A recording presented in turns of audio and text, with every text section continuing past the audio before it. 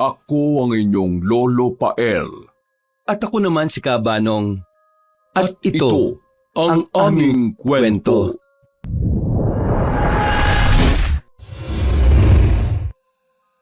Anak na naman na dalaga ni Aling Pasita na wala. Grabe, Manong. Hindi natin ito naagapan kagabi dahil sa ibang baryo tayo pumunta eh. Magaling rin talaga magmanipula ng sitwasyon tong tribo ni Alcaparo, no? Sige lang. Hindi naman niya agad-agad masasaktan ng mga kinuha niya dahil para yun sa tagapagmana ng batugan na pinuno ng aswang na yon. Kaya nga dapat mahanap na ang anak ng halimaw na yon eh. Pero mahanap lang natin yon kapag nahanap natin si Esmeralda. Pero laging negatibo ang balitang dala ni Barok eh. Kaya nga tanggal na siya sa trabaho niya eh. Kasi hindi siya magaling sa ganon. Grabe, ang saklap naman ng kapalaran ni Barok. Tanggal siya sa trabahong walang sahod. Aray ko! Nagrereklamo ka kasi walang sahod sa trabaho niyong to? Naku po, Manong, hindi po. Mahal na mahal namin itong trabaho na ito, no? Alam kong hindi niyo mahal ang trabahong yan. Pero kung hindi niyo yan pahahalagahan, lalo ka na. Hindi mo may paghihiganti ang mga magulang mo na pinatay ng aswang sa loob ng isang araw lang. Hindi ba't yun naman ang rason kung bakit mo ito ginagawa? Ayan na nga tayo eh. Pinaalala mo pa talaga, Manong. Alam mo naman na ang sakit sa bituka ang alaala na yan.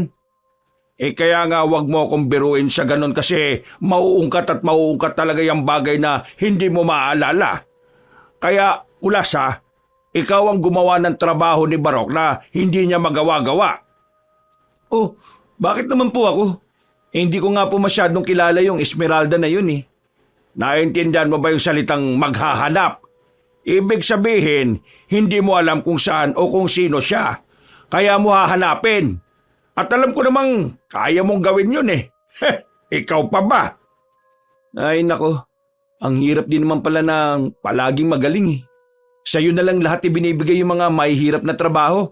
Ay bakit? Nagrereklamo ka ba? Ha, Kulas? Hindi o. Sige po, Manong, gagawin ko na po. Maraming salamat po sa utos ha.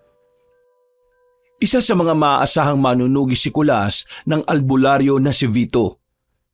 Ang kasaysayang ito ay nangyari pa matagal na panahon na ang lumipas. Ito ang panahon ng pagiging mortal na magkaaway ng mga albularyo at manunugis at ng mga aswang. At isang dalagang tagapagmana ng tribo ng mga aswang ang parehong hinahanap ng parehong panig. O Kulas, ito ang mga palatandaan para mahanap mo yung batang itinakas ni Esmeralda noon. Ang batang ito ay may nunal sa hita at hugis puso yon. Sa hita po talaga, Manong? Wala tayong magagawa. Doon tumubo yung nunal eh. Basta, hugis puso ito. At sigurado ko ang batang ito dalaga na ngayon na may malakas na pandinig, malakas na pakiramdam at may matalas na paningin kahit sa madilim. Parang ang hirap naman po hanapin yung mga palatandaan na yan, Manong. Pwede siyang magpanggap dyan eh. Kaya nga galingan mo. Yun na nga. Eto pa. Kasi noong sanggol yon habang itinatakas yun ni Esmeralda sa amin, may dumaang tipak ng bato sa noo nun na galing sa bangin. Kaya sigurado kong may peklat sa noo yung babae. Pero nasa hita pa rin po yung kumpirmasyon. Mismo. Ganon nga, Kulas. At alam kong kaya mo yan.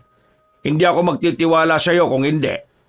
Yang si Barok, sinubukan ko lang talaga pero siyempre, ikaw pa rin ang alam kong makakagawa dito. Yun lang. Mukhang kailangan kong maging manyakis. Nasa hita yung palatandaan eh. Kahit na ano na yung diskarte mo na yan ikaw na bahala. Ang importante, matuntun mo yung babaeng yon bago pa siya matuntun ng mga kalahi niya. Dahil mahirap kalaban yon kapag naging aswang yon na gaya nila. Kapag nakita ko na po siya, anong gagawin ko? Di patayin mo para wala nang hahabulin ng mga aswang. Papatayin ko kahit hindi pa siya aswang? Oo, dahil anak pa rin siya ng aswang.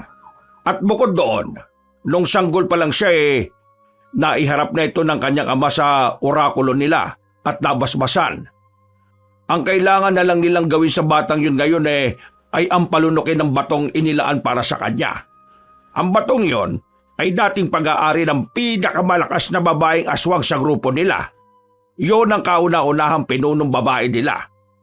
Hindi ko lang alam kung naiintindihan yun ni Esmeralda kasi siya ang nagtaka sa bata nang makuha namin ito mula sa mga aswang Ayon sa kwentong nakaraan ng mga albularyo at manunugis, itong si Esmeralda ay kabilang sa tribo nilang mga manunugis at nagkamali dahil sa pagtakas nito sa sanggol na anak ng aswang sa kamay ng mga albularyo. Nauunawaan naman ni Kulas ang ibig sabihin ni Esmeralda. Tulad niyang may malambot na puso, talagang hindi niya kakayanin na makitang may sanggol na pinapatay. Pero sa kabila ng mahirap na misyon, sinunod pa rin ito ni Kulas. Magandang araw po. Magtatanong lang po. May kilala po ba kayong ginang na nagngangalang Esmeralda? Ay, umiling? Ale, may nakilala ka bang babae na nagngangalang Esmeralda dito? Ay sus, pambira naman no suplada. Sinagi pa ako sa balikat. Magandang araw. May kilala po ba kayong Esmeralda rito? May hinahanap ka pong tao, kuya? Oo. Hinahanap ko yung ginang na Esmeralda ang pangalan. May kilala ka ba? Wala po eh. Pero gusto mo po bang tulungan kita? Tutulungan mo ako? Paano mo naman gagawin yun Ako nga, hindi ko alam kung sino yung hinahanap ko. Eh di mas lalo po kitang tutulungan sa ganyan. Ay nako, wag na. Kung nahihirapan ako, siguradong mas mahihirapan ka. May kambal po akong swerte, kuya. Maniwala ka po sa akin. Yang hinahanap mo po, mabilis makita yan. Kaya pumayag ka na po. Pagkain lang naman po ang kailangan ko Kahit yung tira-tira mo lang po, kapalit po ng serbisyo ko. Nako, kaya pala Nag-aalok ng serbisyo para lang sa pagkain. Bata, bakit? Nasaan ba yung mga magulang mo? Patay na po sila, kuya Pinatay sila ng mga aswang para lang makuha yung ate ko. Ano? Pinatay ng aswang? Naniniwala po ba kayo sa aswang, kuya? Oo naman. Pinatay rin nun ng nanay kong buntis at ng tatay kong manunugis. Kaya pala, manunugis po pala ang tatay mo. Pero patay na Kahit na po, anak ka pa rin po ng manunugis. Ibig sabihin, may kaalaman ka tungkol sa aswang. Pwede po ako magpaturo sa iyo lumaban? Okay lang po ba? Gusto ko po kasing bawiin yung ate ko Sus, Ginoo. Wag na. Mapapahama ka lang sa mga yon. O siya, sige na. Sumama ka na sa akin. Wala ka naman palang ibang masasandalan pa Malungkot po ang buhay ko, kuya. Pero ayaw ko na magkwento. Sapat na sa akin na isama niyo ako. Dahil sa awa, isinama na lang ni Kulas ang batang lalaki. Lumang-luma na ang damit nito at butas-butas na rin ang tsinelas. Napakapayat pa nitong bata na nakadagdag pa sa nakakaawa nitong sitwasyon. Mapapansin rin niya ang nginig ng katawan nito. Patunay na ang batang yon ay kasalukuyang gutom. Gusto mo nito? Naku po, kuya. Tinapay yan ang sarap niyan. Natikman ko po yan nung buhay pa sila nanay.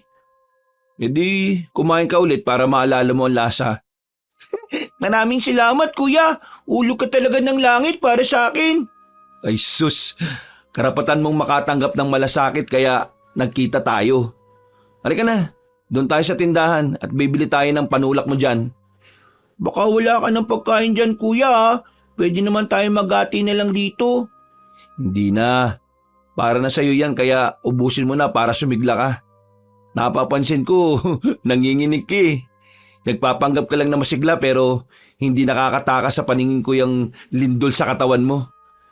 Ilang araw ka na bang hindi nakain? Matibay na po ba ako kung sakaling sabihin ko sa inyo na 2 araw na akong hindi nakain? Ano? 2 araw na wala kang kain? Buti buhay ka pa. Tsaka, saan ka ba natutulog Wala ka bang ibang nahihinga ng tulong? Pambira ka naman Hindi po kasi ako taga dito, kuya Galing pa po ako sa bundok. Kaya nga po, ang dali lang sa aswang na yun na sumugod sa amin, di ba? Wala kasi kaming kapitbahay dun eh. Bumaba lang ako dito kasi natatakot na po ko ron. Di bali po dito kahit gabi kapag umatake ang aswang, may mga tao ko matatakbuhan. May mga tao ka nga bang matatakbuhan? Kasi kung meron, dapat hindi ka gutom ngayon. Ang importante, walang aswang na umatake, kuya. Sa bagay, mga dalaga kasi ang kailangan ng mga aswang eh. Umatake sila sa mga lugar na may mga dalaga. Pero dito pansin ko, maraming dalaga rin eh. Opo, kuya. Pero walang aswang na umatake dito. Ayun po pala yung tindahan, oh. Bibili po ba kayo? Ay, sige, tara. Kahit nagutom ang batang yon, kapansin-pansin pa rin na marunong itong mahiya. Tinanong ito ni Kulas kung ano ang gusto nito pero ang sabi ng bata ay kung ano na lang ang naibibigay niya. Napahanga naman si Kulas sa positibong ugali nito. Halatang pinalaki ito ng mabuti ng mga magulang. Isa rin yon sa posibilidad na rason kung bakit nanatiling gutom ang bata. Ayos ka na ba sa lahat ng yan? Opo, kuya. Maraming salamat po talaga, ah. Pangako po, babawi po talaga ako sa inyo. Gagawin ko talaga ang lahat para makita nyo yung hinahanap nyo sa lalang madaling panahon. Kahit wag ka na magpagod para tulungan ako, ayos na sa akin ang nakakakain ka. Ay, oo nga pala. Kanina pa tayo nag-uusap pero hindi ko pa alam yung pangalan mo. Tisoy na lang po, kuya. Ikaw po, anong pangalan mo? Kuya Kulas na lang. Astig ah. Pangalan pa lang, halatang anak ka na ng manunugis. Kulas! Shh! Huwag mo na laging banggitin yan.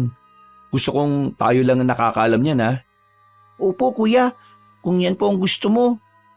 O siya sige, ubusin mo na yan. Pagkatapos kumain ng bata, nagsimula naman silang maglakad-lakad sa lugar na yon. Kabisado na ng bata ang baryo at ang ginagawa na lang nila ay ang magtanong sa mga bahay-bahay. May nakita naman silang malaking bahay at may nagwawali sa loob nito. Tinanong rin nila yon kung may kakilala itong Esmeralda at ang sabi naman ng ginang na yon ay wala. Ayos lang po yan, kuya. Hindi tayo susuko. Talagang hindi tayo susuko kasi bawal sa akin yon. Ay, oo nga pala, kuya. Kamag-anak niyo po ba yun? Ano niyo po ba si Esmeralda? Tsahin niyo po ba? Hindi. Mahabang kwento, Tisoy. Pero ang edad mong yan, hindi mo pa pwedeng malaman. Masyadong komplikado para sa'yo. Ganun po ba yun, kuya? Di sige po, hindi na ako magtatanong. Mukhang personal po eh. Halika na. Bago pa magdilim, maghanap tayo ng matutulugan. May kamalig po akong tinutulugan, kuya. Gusto mo po ba doon? O baka pala hindi ka sanay sa malamok, no? Saan ba yan? Hindi ako maarte pagdating sa higaan. Kung ganun po, di sige, sumama ka po sa akin. Medyo malayo-layo nga lang po yun. Walang problema sa akin na malayo, Tisoy. Malayo din naman ang pinanggalingan ko eh. Bundok pa nga yun eh. Ay, talaga po? Akala ko, ako lang ang galing sa bundok eh. Ikaw rin po pala. Malayo ba dito yung bahay ng mga magulang mo? Wala na po yun. Nasunog na po eh. Kaya nga po, ito lang ang damit ko. Tiniis ko na lang. Pero dalawa naman po ito, kuya. May nagbigay naman po sa akin ng isang bisan pero nakaraan pa po yun. Hindi po kasi siya madaling makapunta dun sa kubo eh. Talaga? Buti naman pala may nagbigay din sa'yo. Opo, pero hindi po siya tulad natin na malaya sa lahat. Bulag po kasi siya eh. Pero magaling po siya gumawa ng bayong gamit lang nito at kawayan. Ha? Bulag siya pero may ganun siya kakayahan? Talentado pala siya kung ganun. Ay nako, sinabi mo pa kuya. Gusto mo po, bago natin puntahan ang kubo, puntahan muna natin yung pwesto niya. Pero hindi lang po siya natin pwedeng kausapin kasi baka po pagalitan siya ng amo niya eh. Masungit po kasi yung may-ari ng pagawaan ng bayong. Di wag na muna. Doon na muna tayo sa kubo na tinutuluyan mo. Halika na. Gusto ko na rin kasi magpahinga eh. Pero bibili na lang muna tayo ng pagkain. Ay, sige po kuya. Naganap lang din muna sila ng mapagbilhan ng pagkain nila. Medyo may kaliitan kasi ang barangay at kaya limitado ang mga tinda roon. Naglakad muna sila na may kalahating oras pa bago sila makahanap ng karinderya na mapagbibilhan ng pagkain nila. Kuya, mag-ingat lang po tayo sa mga ulam na bibilin kasi dito banda sa lugar na ito, sabi ng iba, may nangyayanggaw daw eh. Huwag ka mag-alala. May paraan naman ako para malaman kung may yanggaw yung pagkain o wala. Talaga po? Paano? Patakan ng kalamansi yung pagkain. Kapag nangamoy bulok yun, ibig sabihin may yanggaw yun. Ganun po pala yun. Buti kuya, magaling ka sa mga ganyan, no? Ay, oo. At teka, sandali lang. Susunod na pala ako dito sa pila. Sige po kuya. Ay, teka, si Ate Amaria to ah. Ate, bibili ka rin po ba ng ulam? Ikaw ba yan, Tisoy? Kaya pala parang pamilyar ang boses mo sa akin eh. Opo ate.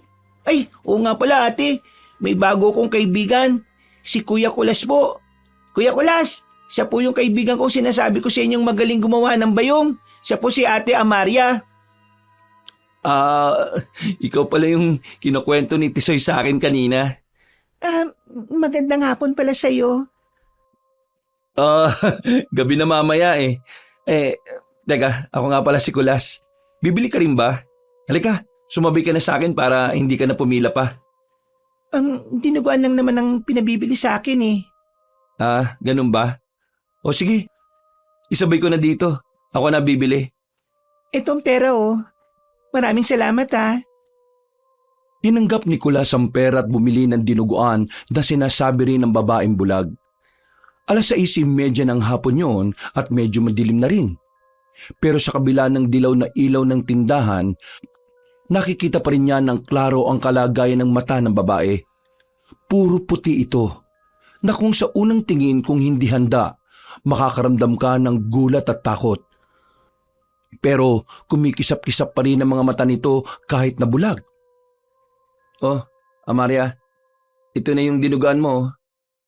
Ito, dito. Ayos lang ba hawakan ko kamay mo para may abot ko? Sige, okay lang. At maraming salamat ah. Ito. Yan. Hawakan mo na maigi ha. Tapos, merong kalamansi yan. Kumuha ka lang ng kahit kaunti dyan sa ibubukod mo para patakan ito ng katas ng kalamansi. Kapag nangamoy, bulok ito. Huwag mong kainin ha. Ha? Bakit naman? Posible kasing may yanggaw yan eh. Basta sa panahon ngayon, kailangan mo mag-ingat. Oo nga pala. Bali-balita na rin ngayon ang tungkol sa aswang. Maraming salamat pala sa pagbahagi ng paraan tungkol sa kalamansi ah. Ngayon ko lang talaga ito nalaman. Sus, wala yon. Kailangan mo lang mag-ingat. Ay, oo nga pala. Saan ka umuwi? Mabuti pa ihatid ka na namin. Malapit lang ang tindahan namin.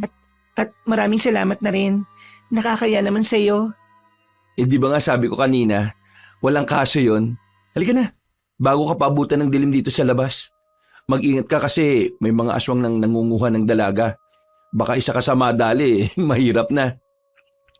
Lingid sa kaalaman ni Kulas, habang naglalakad sila papunta kung saan man nakatira ang babae, may matandang lalaki naman na may hawak na tungkod at nakasombrerong malapad ang lihim na nagmamasid sa kanila. Pagdating nila sa tirahan ng babae, napansin ni Kulas na malaki ito at tila may paupahan sa taas. Sa baba naman ay merong tindahan ng mga bayong. Dito ka nakatira? Ang laki pala ng bahay nyo, no? Dito lang ako sa ibaba. At ang amo ko naman ang nasa taas. Pero ang ibang kwarto naman dyan ay paupahan. Mura lang ba? Parang mas okay na tayo dito, Tisoy kaysa dun sa sinasabi mo. Pero may bayad po dito kuya eh. Walang kaso sa pambayad. Meron naman akong sapat na laman sa bulsa eh. Mayaman ka po pala?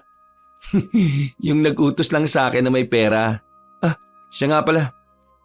Siya na ang bahala magbayad ng mga ganito ko kasi ginusto niya to eh. Gusto niyo bang mangupahan? Tatawagin ko yung amo ko sa itaas para kayo na mag-usap. O sige. Kaya mo ba? Hagdan yan eh. Ano ka ba? Sanay ako sa ganito.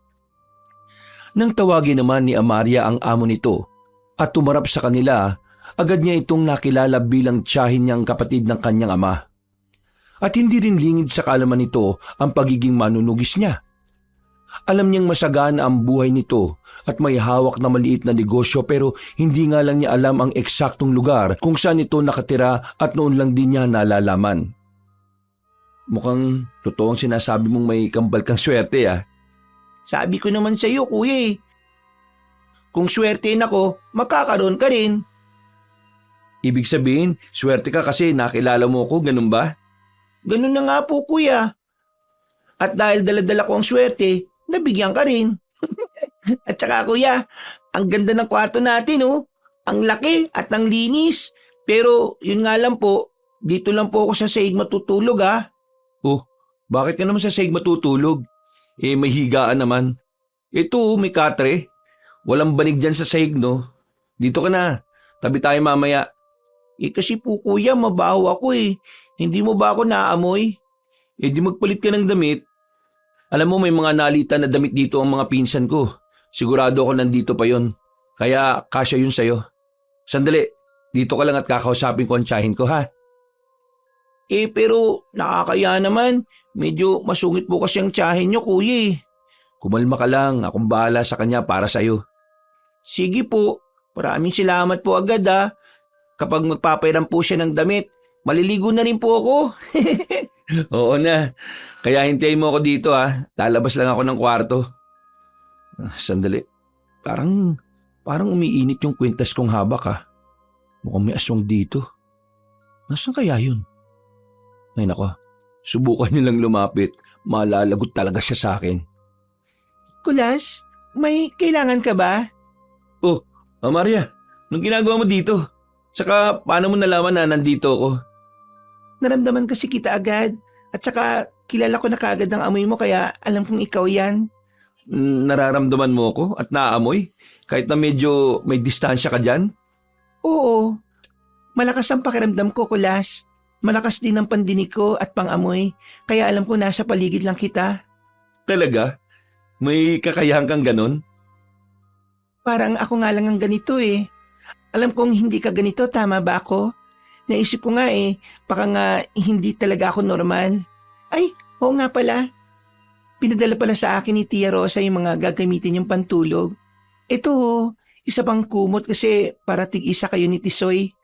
Tsaka maraming salamat sa pagsama mo kay Tisoy ah. Kawawa kasi siya dun sa kamalig eh. Malamig at malamok doon tuwing gabi. Oo nga eh. Pero pumasok ka muna sa kwarto, Amaria. Sama mo muna si Tisoy sa loob. Ayos lang ba? Oo naman. Yun din sana ang gusto kong sabihin kasi pakiramdam ko, hindi ako makakabalik sa kung saan ako natutulog. O bakit? May nararamdaman ka rin bang kakaiba? Oo, at nararamdaman ko talaga na may hindi magandang mangyayari kung dito lang ako sa Teresa. Kaya nga halika. Pasok tayo dun sa kwarto. Sa pagakbang nila pareho papasok sa kwarto, umalulong na ang mga aso sa paligid. Kaya agad na rin niyang isinara ang pinto pagkapasok nila. Sa hindi naman nakikitang parte, nakamasid naman ang aswang na matandang lalaki. Tila inaaral nito ang mga kinikilos nila, lalo na sa bulag na babae.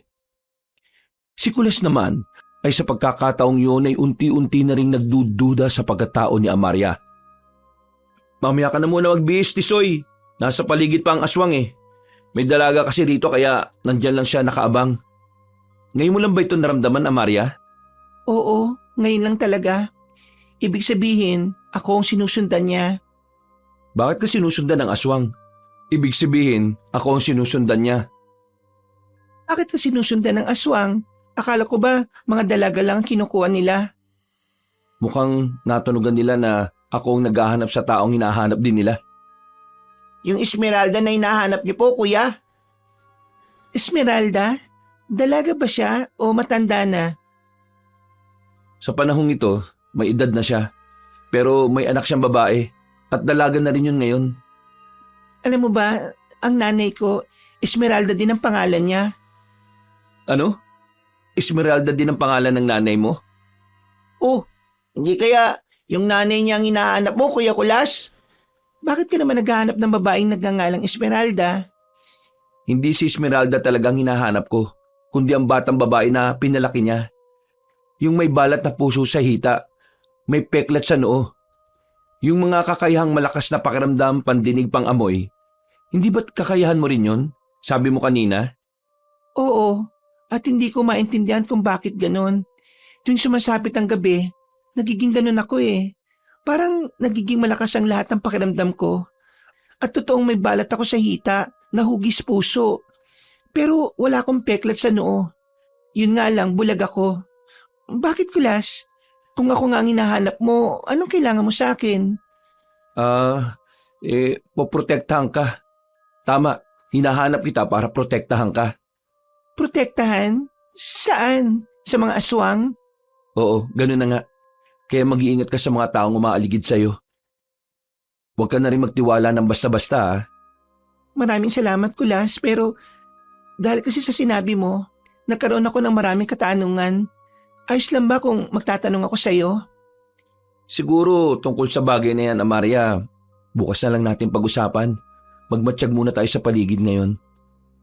May nararamdaman ka pa rin ba? Oo, nandyan pa rin siya. Parang inaabangan niya na lalabas ako. Kung ganun, huwag kang lalabas dito. Sandali may ibibigay pala ako sa'yo. Kagad niyang kinuha ang kanyang bag sa sahig at kinuha ang 2 habak na dala niya sa loob nito. Binigay niya ang isa kay Amaria at kay Tisoy naman ang isa. Sinabi niya sa mga yon na ang bagay na ito ay proteksyon laban sa aswang kaya kinakailangang ingatan. Nang mabigyan niya ang mga yon, agad rin siyang umalis upang harapin ang aswang sa labas. Hoy aswang! Kahit na magtago ka dyan, alam kong nandiyan ka. Bakit hindi mo ako harapin ngayon, ha? Sige nga, subukan mo kumuha ng dalaga sa baryong ito. Hindi mo kami mapipigilan sa kung ano ang gusto namin gawin. At huwag mo akong yabangan dahil makapatulang kita at magsisihan mo na lang mamaya. Ako? Magsisisi kung sakaling pumatol ka? Hindi ba't kanina ka pa nga nangunguna? Sa ating dalawa, ako ang papatol at ikaw ang dapat magsisi. Bakit naman ako magsisisi? Kung sa ating dalawa, malinaw na mas malakas ako sa'yo. Dahil alam ko na takot ka dito sa hawak ko. At lilinawin ko lang hindi ako natatakot sa tulad mong aswang. Huwag ka masyadong kampante. At itong hawak ko, kilala mo kung ano ito, hindi ba? Simpleng itak, lumang-luma na. At masyado nang manipis sa paulit-ulit na pagpapanday. Pero akalain mo nga naman, di ba? Isang hampas ko lang sa iyo nito, manganganib ka na. Kaya nga ayaw mong magpakita sa akin kasi takot ka eh. Ang masaklap nga lang, alam ko kung nasaan ka. Kaya heto unang abono ko na sa iyo. Mabilis na tinaga ni Kulas sa mga nakalugay na tuyong dahon ng saging na nasundan ng malakas na daing ng aswang. Alam niya kasing una pa lang nandun na nagtatago ang aswang. At isa pa habang lumalapit siya, lalong umiinit ang habak niya. Dahil natamaan niya ang aswang ay napadaing ito. Mabilis rin itong umatake sa kanya. Isang hampas lang din sa braso nito. Tumama ito sa dibdib niya ang mga mahahabang kuko na naging dahilan ng pagkatumban niya sa damuhan. Kung saan mas marami pa ang damong makahiya. Hindi ako papayag na isa ka sa hahad lang sa amin. Papatay kita! Katulad ng ginawa ko sa may-ari ng itak na yan! Diyan ka nagkakamali. Dahil nangako ko sa may-ari ng itak na ito nang hindi ako magpapatalo sa aswang. Kaya heto, tanggapin mo ang talim ng itak na may halong balani at pilak! Hayop ka! Ang mukha ko! Tinaga mo mukha ko! Hindi ako papayag! Tanggapin mo rin itong mahaba kong kuko! Unahin ko na yung mata mo! Hindi mo ako mabubulag! Mahina ka ngayon dahil wala ka lang anak na kaya kang bigyan ng lakas! Ang dibdib ko! Eto na lang! Bubuksan ko yung dibdib mo! Sige, subukan mo lang! Sikapin mo yan! Kasi hihiwa-hiwain rin kitang hayop kang mabahong nilalang ka! Kulang ka pa yata sa linis ng kuko eh! Ang kapal ng mukha mong gadgarin ng dibdib ko! Pagulong-gulong silang dalawa sa damuhang yon na mas lamang ang makahiya. Isang karaniwang aswang ang kanyang kalaban, kaya nanatili itong nasa anyong tao. Pero namumula ang mga mata sa dilim. Ramdam niya rin ang matitigas na balat nito sa katawan. Mahirap lang kalabanin ng aswang na yon dahil kahit ilang beses niyang sugatan parang hindi ito nanghihina. Mukhang siya pa nga ang dehado pero nakadakot kasi siya ng asin sa bulsa niya at naihaplas niya ito sa mukha ng aswang. Ang init! Sobrang init! Walang iya ka! Babalikan kitang hayop ka! Hindi! Tapusin na natin to ngayon! Akala ko ba mas malakas ka? Bakit ka tatakas, ha? Hintayin mo makabuelo ko! Papatay kita! Bitiwan mo ako! Oh, bakit ko pa hihintayin yun? Kung pwede naman kitang tapusin na ngayon. Lalaslasin ko na itong leg mo! Tip ko! Tigilan mo yan! Puputasin ko lang ito! Ayaw mo akong tantanan, ha? Ang sakit! Ang init ng talim ng itak mo sa braso ko! Hindi pwede to! Sobrang init! Ang sakit! Sabing diyan ka na talaga! Babalikan kitang hayop ka! Duwag ka! Duwag! Ay, ang sakit ng mga sugat ko. Ayop na aswang yun, ha. Sabi ko na nga ba, siya ang aswang na pumatay sa mga magulang ko eh. Magkikita ulit tayo at hindi na kita bubuhayin pa. Pareho silang sugatan ng aswang. Kumaripas ito ng takbo palayo sa kanya. At hindi na rin niya mahabol pa dahil maging siya hirap na ring itayo ang sarili niya. Dahil sa kalmot at saksak ng aswang sa kanya gamit ang kuko, ay nangahapdi pero sinikap niyang makabalik sa tinutuluyan niya at nag-aalala ang tiyahin niya nang makita siyang duguan. Kaya nataranta itong kumuha ng magagamit upang magamot ang mga sugat niya. Grabe kuya, totoo pala talagang sabi sa akin ni Ate Amaria na nakikipaglaban ka raw talaga sa aswang. Ang dami mo pong sugat. Oo nga eh. Ang talim ng kuko niya. Talagang diin na din sa laman ko. Oo nga po, ang lalim nga po ng mga kalmot. Grabe kuya, pawis na pawis ka rin po sa kalagayan niyong yan. Pagpapawisan ka talaga. Sobrang hapdi eh. Sugatan ka ba naman ng kulang sa linis na kuko? Ang hahaba nun at sigurado kong mamamaga itong mga sugat ko. Para akong himatayin. Pwede bang makaingi ng tubig? Sige kuya, kukuha po ako. Salamat Tisoy ah. Pasensya ka na, Kulas. Mukhang ako yata ang dahilan kung bakit nandun ang aswang na yun eh. Mukhang alam na niya kung nasaan ang hinahanap niya. Sabi mo, di ba? Hindi. Nagkakamali ka. Sabi ko nga kanina, di ba, nasundan ako ng hayop na yun. At isa pa, inamin niyang siya ang pumatay sa tatay ko. At sigurado kong siya rin ang pumatay sa nanay kong buntis noon. Kaya, paghahandaan ko talagang pagkikita namin ulit. Tutulungan kita, Kulas. Sasabihin ko sa iyo kung nandyan na siya. Nararamdaman at naaamoy ko kasi siya eh. Masyadong mabigat ang presensya niya at masyado siyang malansa. Siguro dahil kumakain siya ng karne na hilaw at sariwang dugo. Ganyan talaga ang amoy ng aswang. Malansa. Pero kanina, hindi ko napansin ang amoy niya eh. Gustong gusto ko siyang patayin eh. Oh kuya, ito na po yung tubig oh. Dahan-dahan lang po kasi sumasama yung pakiramdam ninyo. Baka mabigla po kayo sa tubig. Maraming salamat, Tisoy ah. Ayos ka lang po ba? Hanggat tuwid ako magsalita, ayos lang ako, Tisoy. Kinabukasan, halos hindi siya makabangon sa pamamaga ng mga sugat niya. Pakiramdam niya, bawat suga pinipiga at nanghihigpit sa sakit. Pinilit lang niyang iangat ang katawan niya at saktong tumama ang paningin niya sa lamesang nasa tabi niya. Sa ibabaw naman ito, nakapatong na ang agahan niya.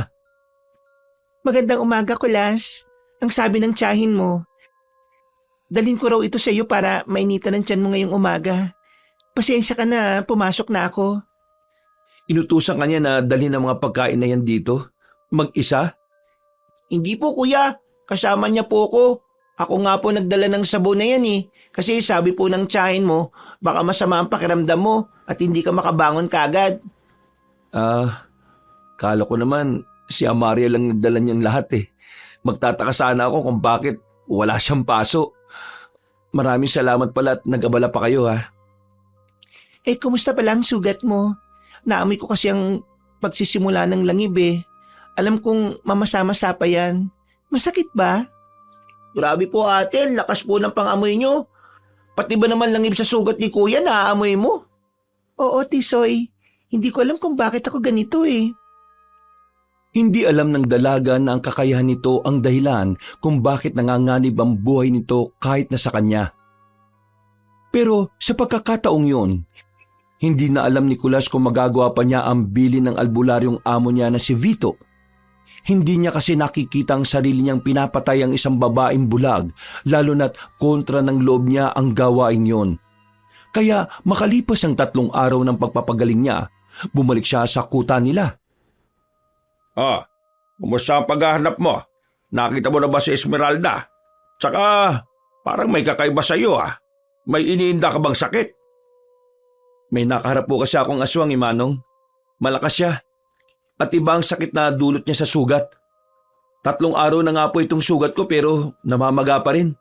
Pero kaya ko naman po tiisin.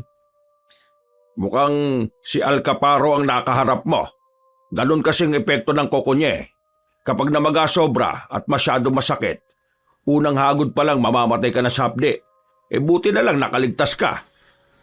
Kung sa bagay, malakas ka naman kasi yang si Alcaparo, pinakamalakas na yan sa tribo nila ngayon. Pero kung susumahin po, hindi naman talaga siya malakas Nagiging mahina ang enerhiya niya sa habak. Kaya madadaig natin siyang labanan pa isa-isa kahit papano.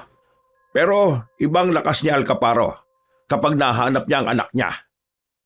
Iinom kasi siya ng dugo nito bago niya ito gawing aswang. Kapag nakainom siya ng dugo ng anak niya, magiging mas malakas siya. Yang anyong aswang niya babalik sa dating laki. Ibig sabihin po itong anyo niya ngayon, hindi ito ang tunay? Hindi yan ang tunay. At bukod sa anyo na yon, may kakayahang umalipin niyang si Alcaparo ng mga mababangis na hayop. Kaya magagawa kanyang padalhan ng itim na ahas para tuklawin. Kaya pala sa ngayon, siya mismo muna ang nakasunod sa akin dahil mahina pa siya. Kaya nga kapag nakita mo yung anak niya, patay mo kagad bago pa makagawa yun ng paraan para makuha ito. Kailangan mo ba talaga siyang patayin kagad, Manong? Hindi po ba siya pwedeng protektahan na lang? Bakit? Nakita mo na ba si Esmeralda? Patay na ho si Esmeralda, pero nakita ko na yung babae.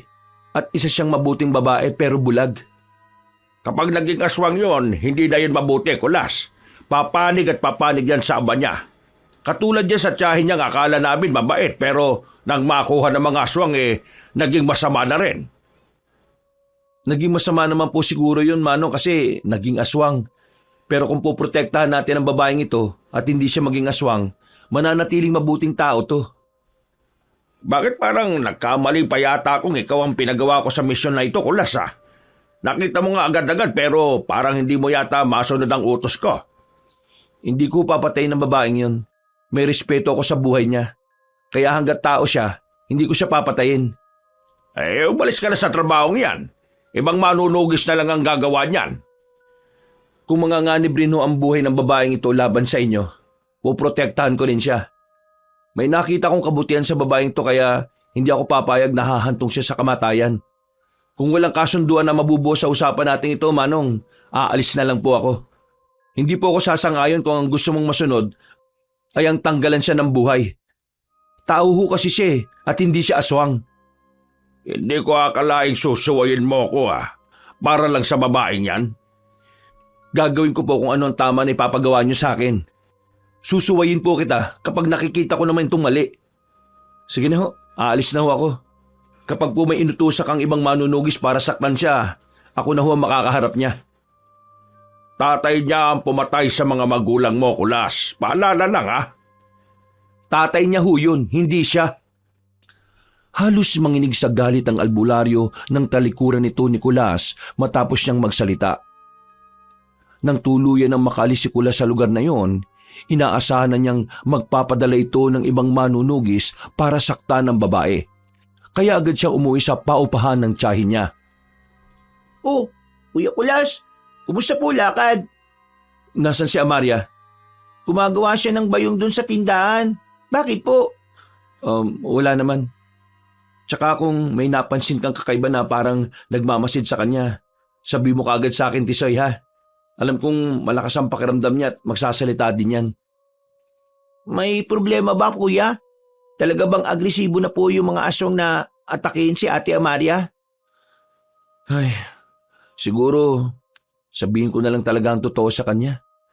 Teka nga, puntahan ko na lang siya dun sa pwesto niya. Sige po, kuya. Ay, nakalimutan ko pala ang utos niya. Naku, buti na lang naalala ko kagad Utos na ano? na bumili po ng ulam. O sige, ingat sa pagbili mo ng ulam ha. Alam mo naman ang ibig ko sabihin. Sige po, kuya. Nang tumakbo palis ang bata, napansin niya ang suot itong damit na tila bago. Napangiti siya sa isiping may taong bumili ng bagong damit para dito. Nang nawala na ito sa paningin niya, agad siyang pumasok sa tindahan ng bayong at napatitig sandali sa babaeng gumagawa nito. Alam kong nandyan ka, Kulas. Naamoy kita eh. Tsaka, bakit parang kabado ka? Naririnig ko kasi yung kabog ng dibdib mo eh. Mabilis at malakas. May problema ba? Ha? Wala talagang takas ang presensya ko sa'yo ah. Sana mabango ko dyan sa pangamoy mo. Hindi ka mabango, Kulas eh. Sinasabi ko na nga ba eh. Pero syempre, hindi ka rin mabaho. Amoy araw ka lang talaga at normal lang naman yun sa tao. Kung sa bagay, akala ko kasi naamoy mo pati yung dugo ko eh. Bakit naman maamoy ko ang dugo mo? Hindi ba't aswang lang naman ang may ganong kakayahan? Pero sa totoo lang, naamoy ko ang dugo kapag lumalabas ito sa sugat. Parang amoy bakal na kinakalawang. Sana nga hindi dumating ang araw na hindi kalawang ang pang-amoy mo sa dugo. Bakit mo naman nasabi yan? Medyo magulo yan, Kulas ah. Hindi ko kasi masyado makuha ang ibig mong sabihin. May tanong ako sa iyo, Amaria. Tulad ng ano? Naitanong mo ba dati sa Nanay Esmeralda mo kung nasaan ang tatay mo? Oo. At ang sabi niya patay na. Bakit mo naman natanong? Kasi mukhang namatay lang ang nanay mong hindi niya nasasabi ang totoo sa iyo. Ibig sabihin pala, buhay ang tatay ko? Oo. At alam ko kung sino siya. Yun ba ang dahilan kung bakit mo ako pinoprotektahan? Kasi siya ang may pakiusap sa'yo na gawin yon. Kumusta pala siya? Sino siya? Gusto ko siya makilala, Kulas. Walang magandang hangarin para sa iyo ang tatay mo, Amaria. Masama pa sa masama ang gusto niyang gawin sa iyo. Kaya hindi ko alam kung tama ang salita para sabihin na huwag kang mangarap na makita pa siya. Ha? Bakit? Ano ba ang gusto niyang gawin sa akin? Ganito kasi yun, Amaria eh. Manunugis ako ng mga aswang. Galing ako sa isang malaking grupo ng mga manunugis na sa pamumuno ng 3 albularyong malalakas din. Ang kalaban namin dito ay isang tribo ng mga aswang at ikaw. Pareho kaming naghahanap sa iyo at naguunahan. Ano? Pero bakit? Bakit ako? Dahil anak ka ng pinakamalakas sa tribo ng mga aswang. Yung nakalaban ko nung gabing yun.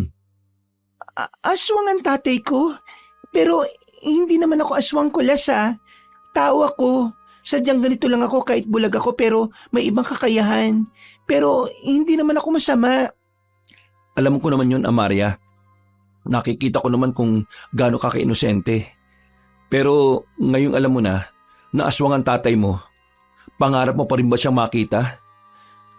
Kung halimbawa ba na magkita kami, anong gagawin niya sa akin? Gagawin kanyang aswang at mamanahin mo ang buong tribo. Grabe naman. Naging tagapagmana nga ako pero ng mga aswang naman. Akala ko naman kayamanan. Kasi kung kayamanan lang naman, ibig sabihin magagamit ko ito para magkaroon ako ng mga mata. Kapag naging aswang ka, magkakaroon ka ng mga mata, Amaria. Sigurado makakakita ka pagkatapos kang magawang aswang ng tatay mo. Naku, hindi bali na lang no. Magiging bulag na lang ako kesa magutom sa dugot laman. Pero may isa ka pang dapat malaman. Ano yun? Masakit na katotohanan ba ulit? Oo, Amaria. Kaya sabi mo sa akin kung handa ka na bang malaman to. Wala naman ako magagawa kung yan talaga ang totoo eh. Natatakot ako pero sige. Sabi mo sa akin ang lahat ng katotohanan, Kulas. Hindi mo kasi totoong ina si Esmeralda, Amaria. Ha? Paano hindi? kinuha niya ako sa nanay ko, ganun ba? Hindi namin kilala ang totoong nanay mo. Ang totoo kasi niyan, nang iharap ka ng tatay mo sa orakulo at nabasbasan ito para sa paglaki mo, malakas ka kapag naging aswang ka. Ninakaw ka ng mga manunugi sa talbularyo sa kanila para huwag kang hayaang lumaki. Huwag kang hayaang lumaki? Gusto kang patayin ng mga manunugi sa talbularyo dahil isa kang malaking banta. Ano? Pero... Oh, kalma lang Amaria. Wala akong masamang gagawin sa'yo. Basta pakinggan mo lang ang katotohanan ito dahil karapatan mong malaman ito. Kasama kasi ako ng grupo ng Nanay Esmeralda mo. At bago ka pa masaktan ng mga albularyo, ninakaw ka niya mula sa kanila. At halata namang tinuring ka niya bilang anak niya. Kaya lumaki ka ng buong akala mo, siya ang nanay mo. Kaya pala naguunan kayo ng mga aswang na hanapin ako. At mukhang sabay pa kayo na makita ako. At mukhang ikaw din ang inatasan sa misyon na yan, ah. Oo, tama ka Amaria. Inatasan nga ako ng albularyo na hanapin ka para patayin. Pero bakit hindi mo ako pinatay? Naawa ka ba sa akin kasi bulag ako? Dahil hindi ka aswang. Hindi pa naman ako aswang nung sanggol ako, ah. Dahil pareho kami ng rason ng Nanay Esmeralda mo. Wala kang kasalanan, Amaria. Hindi mo ako pinatay eh. Di lagot ka niyan sa nag-utos sa'yo. Nakausap ko na siya. At hindi ako magsisinungaling sa plano niya sa'yo. Alam kong may inutusan naman siyang manunugis para patayin ka. At yun ang gusto kong sabihin sa'yo na kailangan mo mag-ingat sa dalawang grupo na ito. Nandito naman ako para protektahan ka eh. Pero mas maigi na alam mo yon. Matapos magpaliwanag ni Kulas kay Amaria, huminga na lamang siya ng malalim dulot ng awa niya sa babae. Masakit para sa kanya ang makita ang sitwasyon nitong bulag pero natatakot sa sarili nitong buhay. At dahil yun ang nakita niyang tanawin sa kanyang harapan, naipangako naman niya sa kanyang sarili na poprotektahan niya ito laban sa dalawang panig. Hanggang sa isang gabi, bandang 9:00, imbis na matulog, mas pinili niyang umupo sa hagdan. Sa ibaba kasi nito ay kwarto na ng babae. Kuya Kulas, bakit hindi pa po kayo natutulog? Hindi pa kasi ako inaantok ni Soy eh. Mauna ka na lang dun. Susunod ako mamaya. Samahan na lang po kita dito, kuya. Hindi rin naman ako inaantok eh. Teka, ano yung kuya? Narinig niyo yun? Sa lakas ng alulong ng mga aso, imposibleng hindi ko yun narinig, Tisoy. Kasi kapag may alulong ng mga aso, kuya, ibig sabihin daw may aswang. Alam ko, Tisoy. Kaya siguro, puntahan mo si Amaria dun sa kwarto niya at samahan mo siya ron. Bakit po ikaw? Sasamahan mo ang tiyahin mo? Hindi. Aabangan ko yung aswang na umatake rito. Kung meron ulit. Naku, ayan ka na naman kuya eh. Sigurado ko mamaya, sugat-sugat na naman ang katawan mo. Di pa nga po magaling yung mga sugat mo nung nakaraan eh, oh. Basta, kaya ko nito, Tisoy. Samahan mo na lang ako dun sa ate Amaria mo. Sige na nga lang po. Mag-ingat ka po kuya, ah. Pagkababa ng bata ay lumapit sa kwarto ng dalaga. Muli siyang umupo sa ibabang parte ng hagdan. Pinagmasdan niya ang madilim na bahagi sa tawid ng kalsada para lang maaninag ang nilalang na naroon, kung meron man sila. Pero sa pagkakataong yon, wala siyang nakita. Hanggang sa nakita niyang gumalaw ang sanga ng malaking puno ng mangga na nasa tapat lang ng terasa sa bandang itaas niya. Kumusta, aswang? Mukhang gumaling ka na sa mga sugat mo, ah. Meron lang akong mensahe para sa'yo. Tatantanan ko ang pamilya mo. Isuko mo lang sa akin ang babae. Babalik ko rin ang dalagang kapatid ng batang lalaking kasama mo. Pinatay mo ang nanay at tatay ko. Yung nanay ko buntis. Kung siguro hindi mo sila pinatay at hawak mo lang ngayon, siguro may posibilidad na makipagkasundo ako sa'yo. Kaso, wala ka namang hawak kahit sino sa pamilya ko eh. Pero kapang kapatid na babae, hindi ba? Hindi ka ba natatakot na patayin namin siya? Ganun ka ba kasigurado na makukuha mo siya? Ako pa nga lang ang nakakalaban mo, hirap na hirap ka na eh. Ano pa kaya kung sinugod mo yung kuta namin? Nandun lang naman ang kapatid ko at protektado ng mga manunugis. Ganon ka rin ba kasigurado na napakahina kong nilalang, ha? Wala kang alam sa mga ginagawa ko para lang makuha ang gusto ko. Kung talagang magaling kang kumuha ng gusto mo, hindi mo yan babanggitin sa akin kasi posible na mas mauutakan lang kita. Alam ko naman na pwedeng panlilinlang lang yung ginagawa mo. Pero sigurado ka ba na malilinlang mo ako? Magkikita tayo ulit, bata. Kukunin ko pa rin ang anak ko sa'yo. Kasabay ng pag-alis ng aswang, may mga kaluskos ring tila nagsisialisa ng mga nagtatago roon bawat matataas na damuhan sa paligid. Doon lang niya naisip na hindi lang pala nag-iisa ang aswang kundi marami rin itong mga kasama. Pero sa kabila ng realisasyon niyang yon, may dalawang manunugis at isang albularyo ang tila lumabas rin sa pinagtataguan. Lumapit ang mga ito sa gate at bumaba naman siya. O ano, Kulas? Kumusta naman yung pinaglalaban mo ngayon? Sinasabi ko sa iyo, hindi ka tatantanan ng mga aswang na yan hanggat buhay ang babaeng yan na kasakasama mo. Hayaan niyo lang mabuhay ang babaeng to. Ako na ang bahala sa aswang na yon. Magtutos pa rin po kami nun. Alam ko po yun, Manong Vito. Kahit wag niyo na akong tulungan. Ang tigas talaga ng ulo mo ano.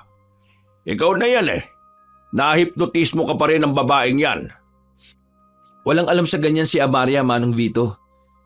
Isa lamang siyang babaeng pinagkaitan ng paningin. At walang ibang pangarap kundi ang mamuhay ng malaya.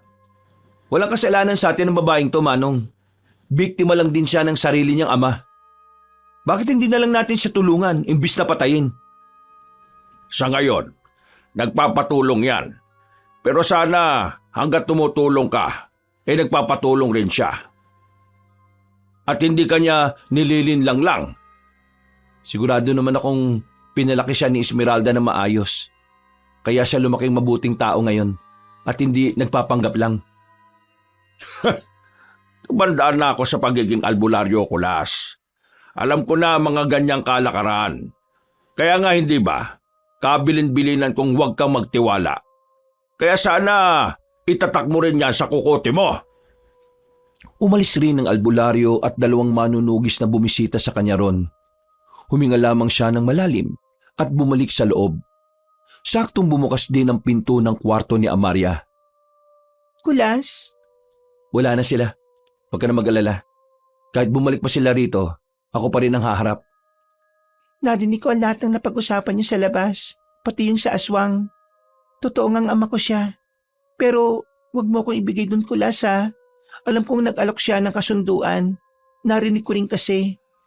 At pasensya ka na kasi naiipit ka yata dahil sa akin. Mabuting tao ka, Amaria. Alam ko yun at nararamdaman ko yun. Hindi ka dapat nahabulin na kung sino man ang buhay mo dahil lang sa pinagmulan mo. Tutulungan kita kasi alam kong wala kang ginagawang masama.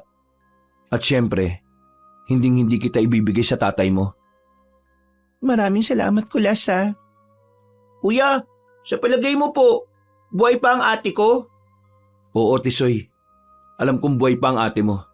Dahil mamamatay lang siya kapag nakuha nila si Ate Amaria mo. Bakit papatayin? Ibig sabihin pala kapag makuha nila ako, maraming buhay ang mga nganib kasi marami silang babaeng nakuha. Oo, ganun na nga. Dahil sa oras na naging aswang ka, ikaw ang kakain sa kanila. Pero hindi ko magagawa yun. Siguro naman mananaig ang pagiging tao ko kahit nagutom ako. Hindi mo masasabi yan dahil hindi mo pa naranasang magutom katulad ng aswang. Oo nga naman po, ate. Ang sabi nga noon ng tatay ko, kahit gaano ka raw kabait, kung nayanggaw ka ng isang aswang, hindi mo mapipigilan manakit ng tao Pero hindi naman mangyayari yon. Kasi hindi naman ako isusuko ni Kulas. Hindi ba, Kulas? Kung isuko mo man ako, wag sa aswang, kundi sa mga albularyo at manunugis na lang. Sigurado kasing hindi ako makakapanakit ng tao kapag sa kanila. Pero syempre hindi mangyayari yon. Hindi kita isusuko, Amaria. Sa kabila ng sinabi ni Kulas, hindi niya rin alam kung hanggang kailan siya magpoprotekta kay Amaria. Pero nangako pa rin siya sa sarili niya na hindi niya ito susuko kahit na kanino. Pero kinabukasan, pagsapit ng mga bandang 2:00 ng hapon, at si Amaria noon ay nasa labas na nag-aayos ng basura, namataan niya ang 3 tao na nakatingin sa babae. Lumapit siya rito at ang kutob niya ay talagang hindi nagkakamali. Amaria! Ate Maria! Kuya! May saksak si Ate Maria! Amaria! Sino may gawa nun? Ate! Kuya, ang dami niya pong tugo! Anong gagawin natin? Alam ko kung paano siya gagamutin. Halika, alalayan mo kami. Sige po, kuya. Tapos, tawagin mo si tita sa taas.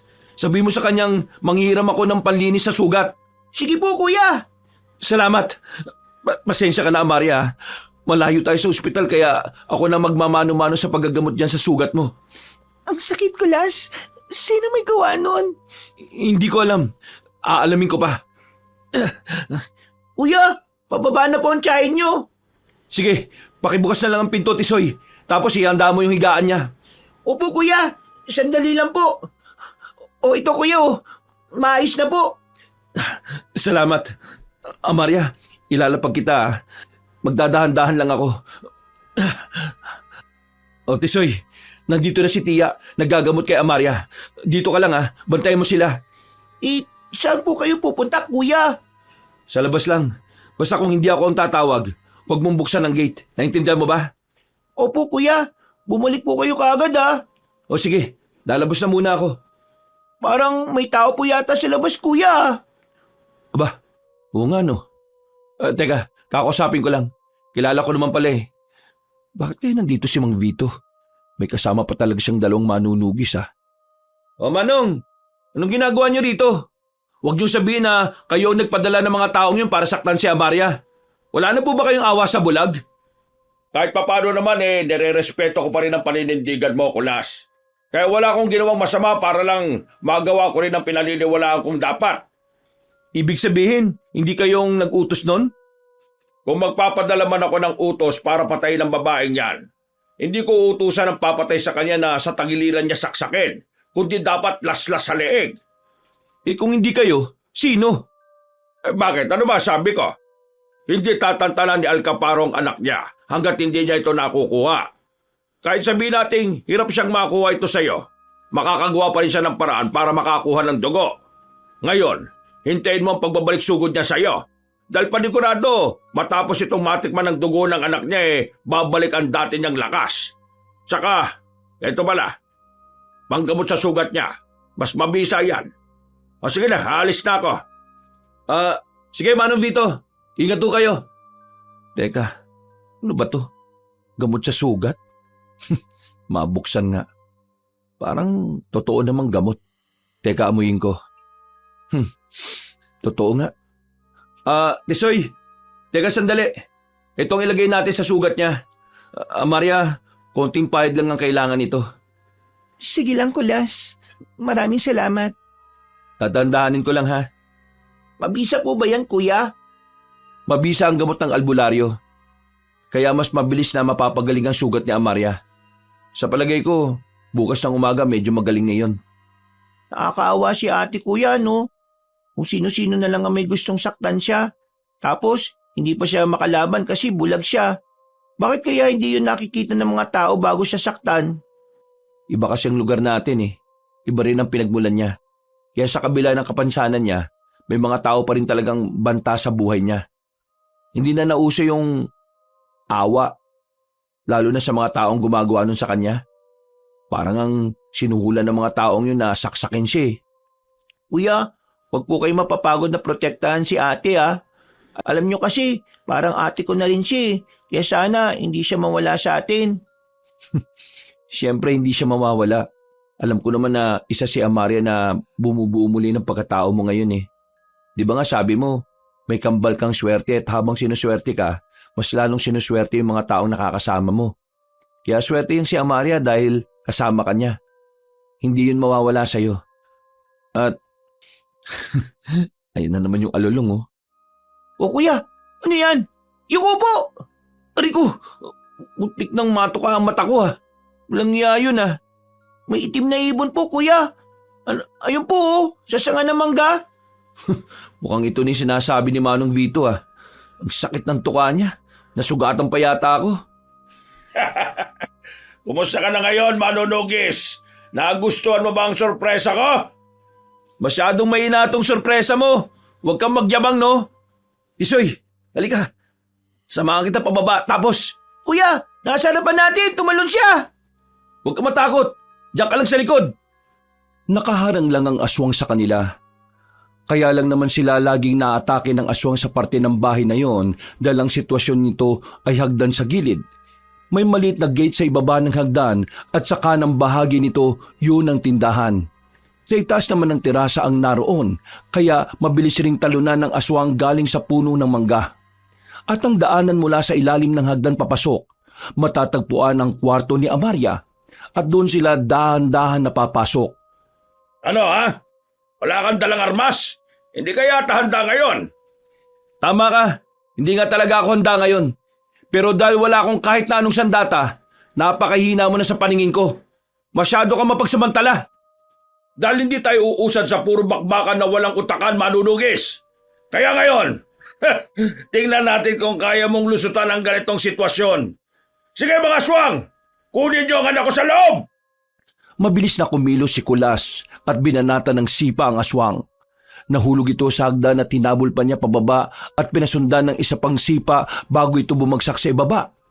Si Tisoy naman, mabilis na tumakbo papunta sa kwarto ng babae nang makalusot na ito sa daan papunta roon.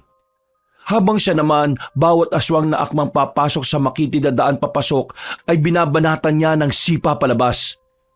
Mga inudil! Wala nang ang armas yan! Bakit hindi nyo man lang magawang mapatumba? Kuya, ang itak mo po. Sige, iagis mo Tisoy at magtago ka kagad. Opo, ito po. Uutakan mo ba ako? Eh di, patalasan ng utak. Sige, dito kayo. Hala, sugod! O eto, pasok! Sige, pasok pa! Pumasok kayo at puntuan nyo kaagad ang kwarto ng babae. Nakakaawa ka, Kulas. Akala mo kaya mo kami, pero nagkakamali ka!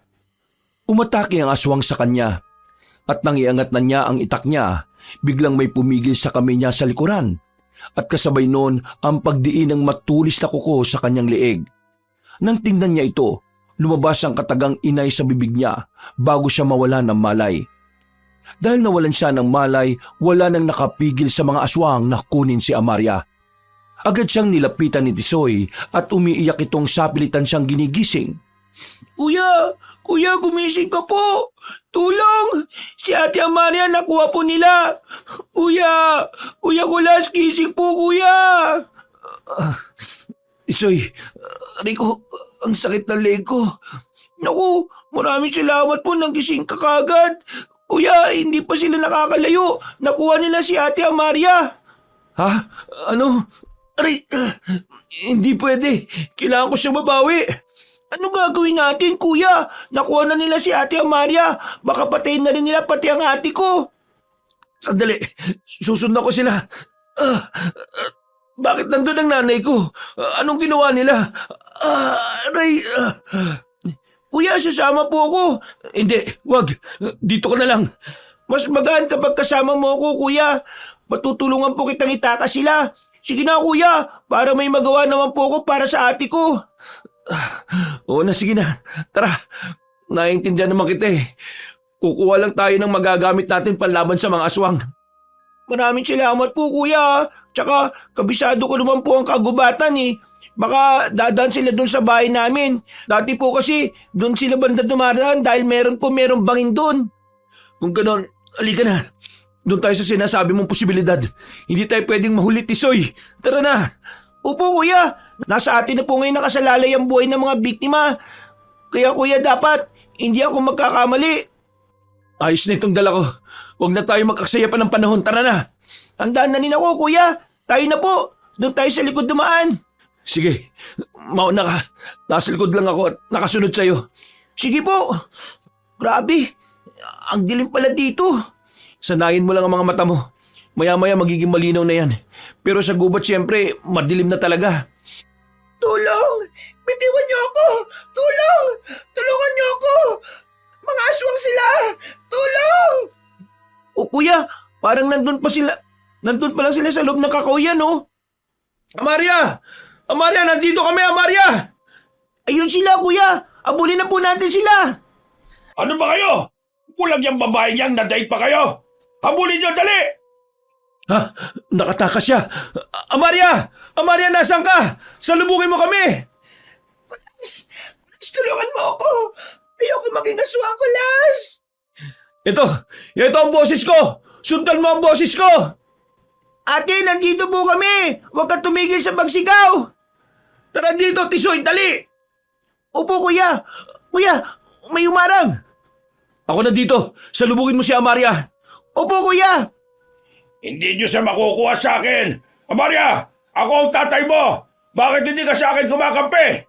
Tayo ang pamilya! Tayo ang magkalahi! Ako ang tatay mo! Nahihirapan ka bilang bulag, hindi ba? Sabi mo man sa akin at sa hindi. Alam kong gusto mo makakita ng umaga. Amaria, huwag kang makinig sa kanya! Sumalubong ka sa amin! Kuya, ang dilim. Gumamit ka ng ilaw! Yung flashlight na baon natin, gamitin mo! Tama na, pasimple-simple lang. Kalat ka rin yun na kung ayaw makinig. Bitiwan niyo ako, ano ba? Kuya, nakita ko na si ate. Nandito siya. Oh, sige, nandyan na rin ako. Umalis kayo dyan sa harapan ko. Ayaw nyo, ha? Kung hindi kayo madala sa pakiusapan, pues dadali ko kayo sa amoy na ayaw nyo. Magsisindi ako ng goma na may halong kamangyan at bawang. Tingnan natin kung kaya nyo talaga ito. Tigilan mo yan! Halika dito. Hayop na yan. Dala mo na naman ng itat na yan. Gusto mo yatang naranasan ng tatay mo. Tatadtarin kita ng kalbot. Tatadtarin din kita ng taga. Ang init na naman. Dali sila sa walang usok. Halika dito. Sige, hilahin mo ako. Ayan, sige, hila pa. Kasi para makuha ko tong baong umuusok. At nang maihilamos mo ito sa mukha mo, parang ganito. Ayaw ka talaga manunugis ka. Mas mabaho ka, siraulo. Pwe! Ayaw ka talaga. Eto, sasaksakin kita. Puputasin ko yan tiyan mo. Wag! Tiyan ko, ayop ka. Kuya, ayop kayo mga aswang kayo. Ayan, maligo kayo ng asin. Mga walang kaluluwa. Ate, bilis dito. Dito kayo kay kuya para sama-sama tayo at walang may mga hatak sa atin. Oo, may paningin ako at... Oo, may paningin ako sa dilim kahit papano. Kaya kung saan ka pupunta, Tisoy, nakasunod ako. Talagang ang tigas nyo, ha? Kunin nyo ang bata! Subukan nyo lang hawakan ng bata. Dito kayo mauubos, oh. Kita nyo to? Ha! At ano na naman yan? Sugatan ka na, manunugis. Sumigil ka na! Ikaw ang tumigil. Dahil isang hila ko lang nito. Sasabog ang usok nito. Ubus kayong lahat at kami mga tao lang matitira. Ano? Sige! Subukan nyo hawakan ng dalawa kong kasama. Hayop ka talaga. Tattad ka ng kalmot ko. Pero wala ka pa rin pakialam. Kasing tigas mo talaga ang tatay mo. Ganun talaga. Mana-mana lang yan eh. Pwes, sa ginagawa mo yan, ipapakita ko sa iyo nagkamali ka. Ihagis kita! Mabilis na kumilos ang aswang at hinuwakan sa buhok at short si Kulas para ihagis. Binitiwan niya ang hawak niyang pausok at mabilis na bumunot ng punyal sa kaluban na nasa bewang niya. Kaya kung kailan binitiwan siya nito, saka naman niya tinarak ang punyal na yun sa likod ng aswang. Kung mautak ang aswang, mas mautak siya. Kaya lumalim ang baon ng punyal at tinawakan pa niya ito ng dalawang kamay para hindi siya tumilapon at mas maidiin pa. Animal ka! Nahulog ang bomba niya! Kunin niyo ng anak ko! At ikaw, tatatari kita ng kalbot! Dudurugin ko tong katawan mo! Bitiwan mo yung punyal! Mas lalo bumabaon sa likod ko! Kaya nga wag mo akong angasan dahil dito pa lang mapapatay na kita. Bitiwan niyo ako! Bitiwan niyo ako, sabi! Ito kasi no! Maligo kayo! Ate Maria! Huwag kang bumitaw sa akin! Patulugin niyo yung batang yan! Wag! Tisoy! Tisoy! Mga hayop kayo! Bakit niyo siya inagis? Bilisan nyo! Kunin nyo na ang anak ko! Nagtawan niyo ako, ano ba? Kulas! Sa Tisoy, iligtas mo siya! Susundan kita dyan! Ililigtas rin kita, Maria! Tisoy! Tisoy, nasaan ka? Ang flashlight niya! Sakit ng katawan ko! Tisoy! Umupa na ang init ng habak mo. Mukhang nakatulog na. Habulin ang mga aswang! Tisoy! Nasaan ka ba, Tisoy? Sumagot ka! Gising ka ba? Malamang kulas hindi. Sumagot na sana yun kung gising yun. Kulas! Nako, sinasabi ko na nga ba eh. Hindi mo naabutan ng mga aswang, no? Hindi mo kasi pinatay ang babae. Yan ang sinasabi ko sa'yo. Aminado akong pumalpak ako, Manong. Pero hindi makatarungan na patayin ko ang alam kong tao naman. Babawiin ko si Amaria. Pero hindi ako papayag na patayin niyo siya. Ang mga aswang ang dapat nating tinatapos, hindi ang kapwa natin tao. Tisoy! Tisoy, nasaan ka? Oo na, hindi papatayin. Pero kailangan natin siyang pigilan para hindi mangalib ang buhay ng ibang babae. Ito na pagkakataon natin para matunto ng kuta nila. At sino yung nakaiga dyan? Bata ba yan? Bakit kami kasamang bata dito? Ito yung batang handa na rin gawin ang lahat. Maging ligtas lang ang babaeng naging ate niya sa buhay niya. Kahit buhay niya, handa niyang ibuwis para lang kay Amaria. Kaya wala tayong karapatan na saktan ng babaeng yun. Mahalaga siya para sa batang ito. Tisoy! Tisoy, gumising ka! Tara na, magmadali na tayo. Habulin natin ang mga aswang. Umalis ang grupo ng albularyo at mga manunugis, pero may ilang naiwan para tulungan silang dalawa. Mabuti na lang sa marahan at paulit-ulit na pag-alog ni Kulas kay Tisoy ay nagising ito. Sandali itong humikbi sa kauna-unahang pagkakataon na kasama niya ito. Noon niya lang naisip na umiiyak rin pala ang batang yon. Pero saglit lang yon at nabuo na naman ang determinasyon nito na iligtas si Amaria at bawiin ang kapatid sa mga aswang. Tara, magdaan-daan ka. May masakit ba sa katawan mo? Nabalian ka ba? Ayos lang po ko, kuya. Gusto ko nang puntahan ng ate ko. Baka hindi ko na siya maabutan eh. Huwag kang mag-alala. Hindi na mangyayari yon. Nandun na ang mga manunugis. Ililigtas nila sila Amaria. At tayo, kailangan natin makahabol. Opo, kuya. Ano, kaya mo pa ba? Kung hindi mo kaya, Tisoy, magsabi ka lang. Hindi, kuya. Kailangan ko po mabawi ang ate ko. Mga hayop ang mga aswang na yun eh. Wala silang karapatan dito sa mundo natin. Iba dapat ang mundo ng mga yun eh. Kasi mga hindi sila normal. Pinatay nila ang mga magulang ko. Kinuha nila ang kapatid ko. Dati tahimik ako kasi wala akong laban eh. Pero ngayon, hindi na pwedeng wala akong laban, kuya. Tama yan, Tisoy. Ganyan nga. Tara, bilisan natin. Opo, kuya. Hindi na ako natatakot. Ililigtas ko ang ate ko. Aray! Teka, parang ang mga manunugis yun, kuya. Sige, dito ka lang. Baka mauli tayo kay ate. Bakit hindi na lang po natin sila hayaang lumaban sa mga yan at kunin na lang po natin yung pagkakataon na itakas ang kapatid ko at gawa ng paraan ng pagligtas kay ate Amaria? Kung sa bagay nga naman, may punto ka dyan. Kung ganon, tara na. Ito ang gamitin mo. Protektahan mong sarili mo gamit yan. Maraming salamat po, kuya. Pero kaya mo pa ba? Basang-basa ka na rin po ng dugo mo eh. Oo, ayos lang ako. Sanay ako sa mga ganitong sugat sa katawan.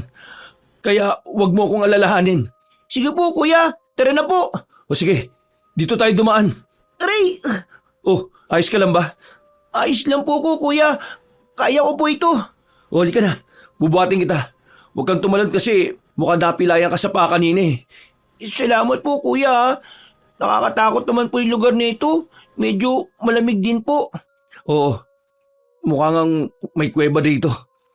Tisoy, sa ginagawa natin, madali tayong mahahanap rito eh.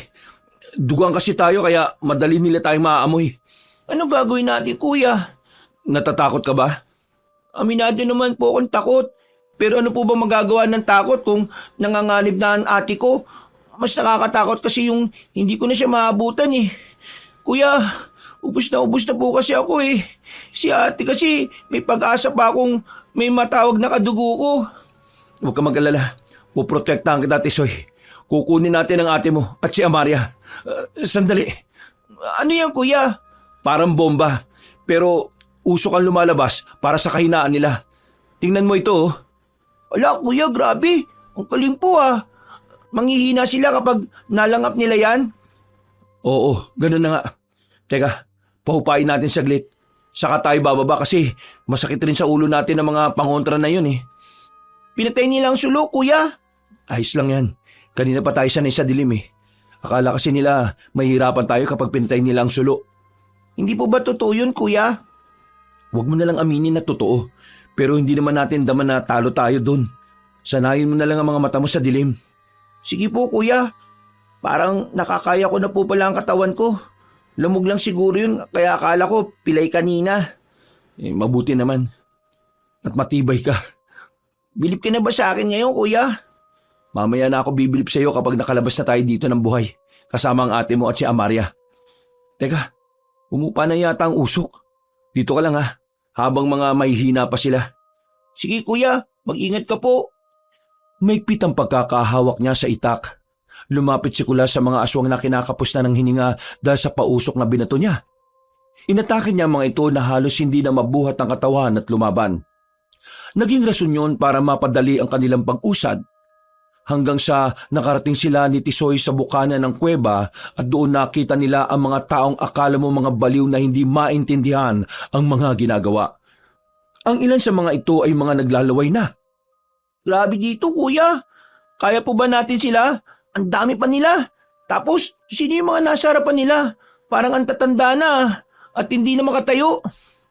Hindi ko alam, pero mukhang natutunugan na nila tayo. Tara, maghanap tayo ng ibang taanan. Bakit hindi na lang natin gamitin yung ginagamit nyo kanina? Mas madali yun eh. Isa na lang kasi natin eh. Gagamitin natin ito mamaya sa pagkuha sa ate mo at kay Amaria. Kaya sa ngayon, Patayin ang mga manunugis! Sumugod sila! Protektahan natin ang trono! Sige na, kumilis ang lahat! Ala kuya, alam na nila. hayaan mo, magandang pagkakataon ito para mahanap sila. At isa pa, may inayang si Alcaparo dahil sugatan siya. Sugatan din po tayo kuya eh. Yun lang. Nasaan na ang anak ko? Babawi ako ng lakas, kaya kailangan ko ang dugo niya. Iharap niya sa orakulo. Kailangan ko ng maging malakas. Yan ang pipigilan natin, Tisoy. Halika, dito tayo habang abala sila. Opo kuya.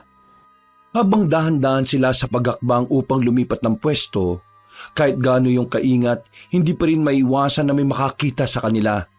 Ngunit mula sa bukana ng kuweba, may isang aswang na sumigaw sa kanyang pinuno at sinabi ang nakita mga patay na mga kasamaan sa labas.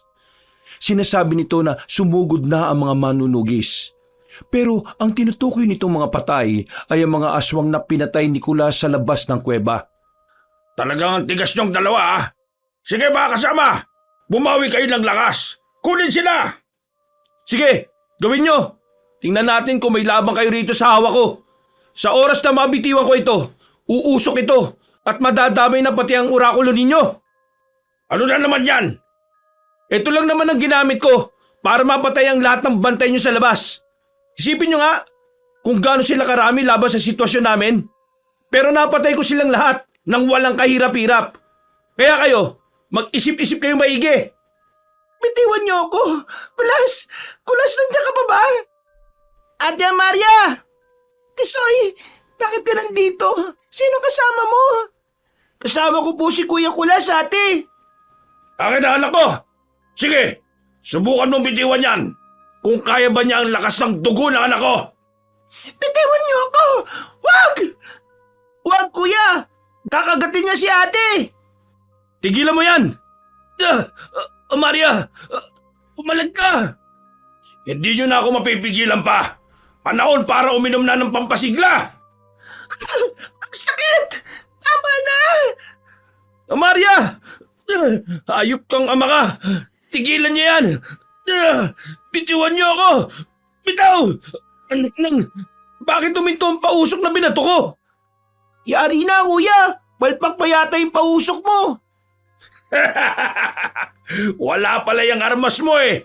Hindi ka matulungan. Ha! Kawawa ka namang manunugis ka. Sige, harapin niyo na ang mga manunugis sa labas. At yung anak ko, panahon na upang gawing aswang yan. Hindi niyo pwedeng gawin yan! Amaria! Huwag kang pumayag! Amaria! Ate Amaria, lumaban ka po ate! Yan na lang makakapitan natin sa ngayon! Ate! Ikaw babae, kayo, hawakan niyo yan. Ibuka mo ang bibig niya nang maisubo ng orakulo ang bato ng makapangyarihang aswang sa ating tribo. Nay! Nay! Ako to si Kulas! Huwag mong gawin yan, Nay! Nakakahawa ka naman. Sinong nagsabi sa iyo na nanay mo siya? Hindi ba't patay na ang nanay mo? Ako ang pumatay sa kanya. Ako ang kumain sa sanggol na nasa sinapupunan niya. Hindi ko siya nanay. Paano naging kamukha niyang nanay ko? Hindi mo nga siya nanay, pero tiyahin mo naman siya. Hindi totoo yan. Kilala ko mga kapatid ng nanay ko. Pero hindi ang kambal niya. Diyan ka nagkakamali, manunugis. Mahina ka kasi. Walang alam. Hindi mautak at mahilig sa padalos-dalos. Kaya ang mga bagay na dapat alam mo, hindi mo alam kasi hindi mo ilalam. Bitiwan niyo ako! Ibukan niyo ang bibig niya. Huwag niyong hayaan kinakaya-kaya lang kayo niyan. Hindi nga talaga sila natin kaya, kuya. Magiging aswang na talaga si Ate Amaria. Sinusumpa ko sa oras na malunok ko itong bininang aswang. Malalaso ng dugo ko ang aking ama. Mababagsakin ko ang tribo ng mga aswang na pilit sa akin ipinapamana. Ano? Hoy! Anong nangyari dyan kay Amaria? Anong sinusumpa, ha? At bakit nangihina ang orakulo? Anong nangyayari? Ganun pala, narinig ko ang bulong ng orakulo. May dugo akong babaylan at naka-apekto to sa kanya kaya siya nangihina. Ano? Hindi pwede yan. Pigilan niyo siya. Huwag niyong hayaan niyang malunok ang bato. Kuya, hindi ko maintindihan. Bakit gusto na ni Ate Amaria na lunukin ng bato? Hindi ko na rin maintindihan ang mga nangyayari. Pero kapag sinubo niya kasi ang bato, Sinubo na nga niya, kuya. Hindi! Bakit mo nilunok ang bato? Hindi ba't yun naman ang gusto mo? Sumumpa ka eh! Sa tingin mo magugustuhan ko ba yon, ha? Dahil yun din ang bagay sa'yo. Ah, papatayin kita habang hindi pa napoproseso ang bato sa katawan mo! hindi na ako papayag sa gagawin mong yan. Mabilis na kumilos si Kulas papunta sa pausok na hindi nakapaglabas ng usok. Hindi ito gumana dahil hindi sapat ang pagbukas nito sa maglalabas ng makapal na usok. Sa biglaan niyang pagkilos, nabitiwan siya ng aswang na humahawak sa kanya. Pero nang aapakan na sana niya ang pausok, bigla naman siyang nasipa ng aswang at saktong dumating ang isa pang manunugis. Pasukin ang kuweba at ubusin ang lahat ng aswang! Ah! Ano nangyayari? Bakit parang nangihina ako? Kasi tumatalab na ang sumpa ko. Mahirapan ka. Katumpas akong gaano ka kasama. Ah! Ayop ka! Wala kang kwentang anak! Takas na mga aswang! Hanggat kaya niyo pa! At ikaw, kahit may dugo kang babaylan, kakain ka pa rin ng tao at papatayin ka ng mga manunugis na yan! Hindi kita hayaang makatakas ngayon, Alcaparo! Umanda ka sa akin kapag nahuli kita! Nang nakita ni Alcaparo ang albularyo na si Vito, agad itong kumaripas ng takbo habang hawak-hawak nito ang lalamunan. Sinundan nito ng ibang manunugis habang si Amaria naman ay napaluhod na dahil sa proseso ng pagiging aswang sa kanyang katawan. Pero hindi nagbago ang mukha nito. Katulad sa nangyayari sa ibang aswang kapag sila ay nagpapalit ng anyo. Nagiging kulubot kasi ang mga balat ng mga ito samantalang si Amaria ay nanatiling anyong tao. Amaria, ayos ka lang? Sobrang init, Kulas. Ate Amaria, alam mo ba kung nasan dito yung mga biyag na babae? Amaria, ang mga mata mo, nawawala ang mga puti. Kulas, oo nga. May nakikita ko, Kulas. Mas malinaw ito sa ngayon. Ganito pala ang mukha mo. Buti naman gumaling ka na sa pagkabulag. Ang bilis ni Alcaparo makawala. At yan, ano nangyari dyan? Ano, aswang na ba yan? Hindi, May dugo siyang babaylan ayon sa orakulo. Kaya siguro sa ganitong paraan, lumalaban ang pagiging tao niya sa pagiging aswang. May dugo siyang babaylan? Sinong babaylan naman ang pinagmulan niya? Ang pinakamalakas, ayon sa orakulo. Ang pinakamalakas? Yung pinakamalakas na babaylan noon yun ang orakulo nila ngayon. Ano ho? Pero ano yun Hindi niya alam na siya ang pinakamalakas na babaylan noon. Hindi ko kayo maintindihan, Manong. Paanong naging pinakamalakas na babaylan natin ang orakulo nila? Dahil ang orakulo ay isang babaylan din. Siya ang tinutukoy kung kahit gaano ka pa kabuti. Kung sinakop ng bato ng aswang ang utak mo magiging masama ka rin. Ngayon, malinaw na ba sa'yo ang ibig ko sabihin? Si Amara, bulag lang yan. Pero itong orakulo nila, dating babaylan. Yan ang rason na sa kabila ng katandaan niya nananatili siyang buhay. Habang buhay niyang dinadala ang insulto ng mga aswang sa ating mga manunugis at albularyo. At yun ang hindi matatanggap ng lahi natin. Pwes, ako naman ngayon ang mangiinsulto sa lahi nila.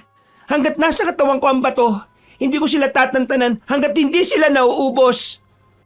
Nagkatinginan ng iilan sa mga manunugis sa lugar na yon. Hindi nila lubos sa kalain na sa kabila ng paglunok ni Amaria ng bato ng aswang, may ulirat pa rin ito sa pagiging tao at alam pa rin ito kung saan ito papanig. Hindi nagtagal na nahimik na ito. Atakma itong aalalayan ni Kulas ng tayo pero bigla itong tumingin sa kanya. Nararamdaman ko na siya. Nagugutom na ako't nauuhaw. Sinasabi ko na nga ba Sandali lang, Manong. Sa tingin ko, kaya niyang kontrolin to. Amaria, naririnig mo ba ako? Makipag-usap ka sa akin para mapatunayan kong hindi ka nawawala sa sarili mo. Kaya ko to. Ang babango ng mga naamoy ko. Nakakatakam. Teka, saan ka pupunta? May gusto akong puntahan. Hindi ko alam kung bakit. Ang mabuti ba siguro, sundan natin siya. Patayin niyo ang orakulo. Hindi na tayo kilala niyan bilang kalahi niya. Pero ang bato sa katawan niya, hindi na dapat pang mapa sa kamay ng mga aswang.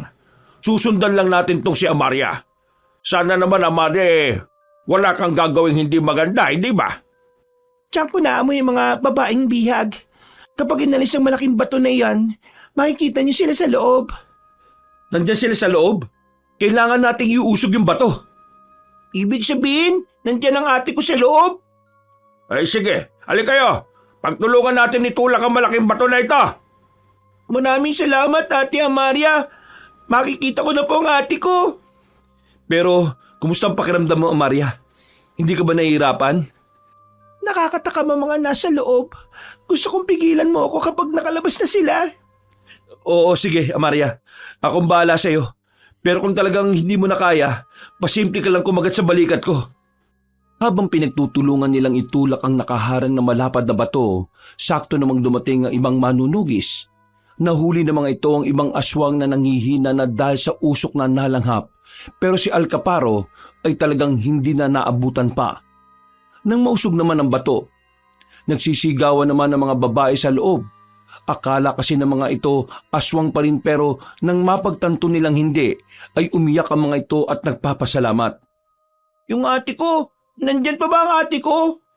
Dito ko muna, Tisoy. Natataranta mga yan.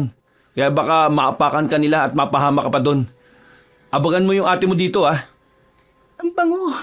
Gusto kong uminom. Pigilan mo, Amaria. Kaya mo yan. Huwag ka na lang tumingin. Oo, kaya ko to. Titiisin ko to. Ano, Amaria? Bakit parang nagdaramdam ka na?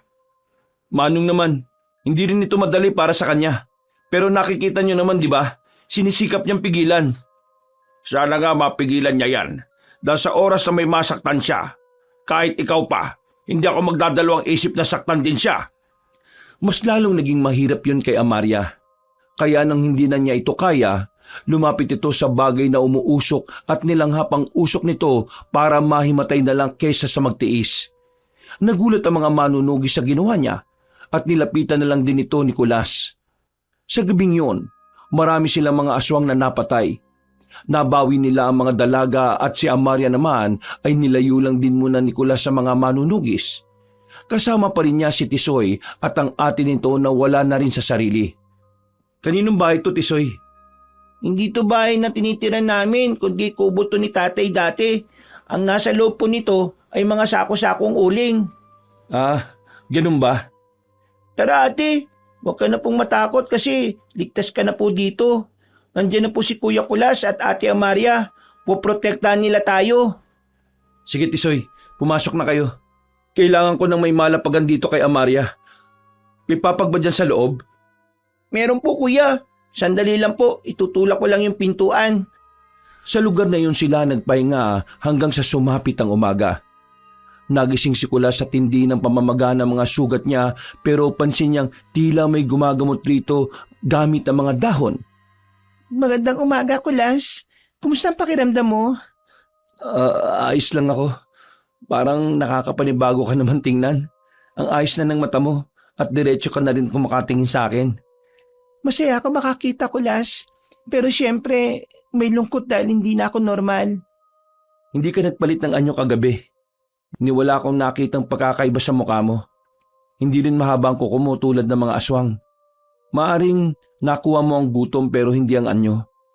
At saka yung gutom na yan, alam kong malalagpasan mo rin yan. Nalagpasan ko na. May nakuha pala akong langka. Pasensya ka na, yun lang ang pwede nating kainin. Tsaka, oo nga pala, may lagnat si Tisoy. Pero naalagaan na siya ng ate niya. Nakausap mo na ba ang ate niya? Oo, naikwento na rin niya ang mga pinagdaanan nila sa loob.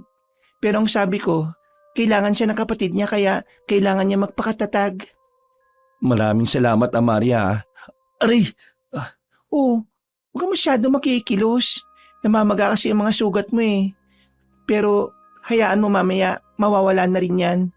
At maraming salamat din Kulas kasi hindi mo ako pinabayaan. Hindi rin ako nagkamali sa desisyon ko, di ba?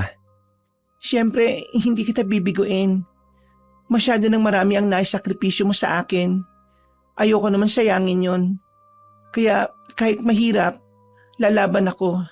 Tsaka, alam mo, ang lakas ko yung lakas ko dati parang nadagdagan pa sa ngayon. Ayos yan. Para walang may manakit sa'yo. May laban ka para protektahan ang sarili mo. Pangako Kulas, ako ang papatay sa sarili kong ama. Wag mong gawin yan para sa amin Hindi rin biro ang ginawa niya sa akin. Binuo lang naman niya ako para sa pansarili niyang layunin. Hindi ko naramdaman na tatay ko siya. Ni hindi ko nga siya kayang tawaging ama eh. Mas pamilya ko kayo. At siya, kalaban natin.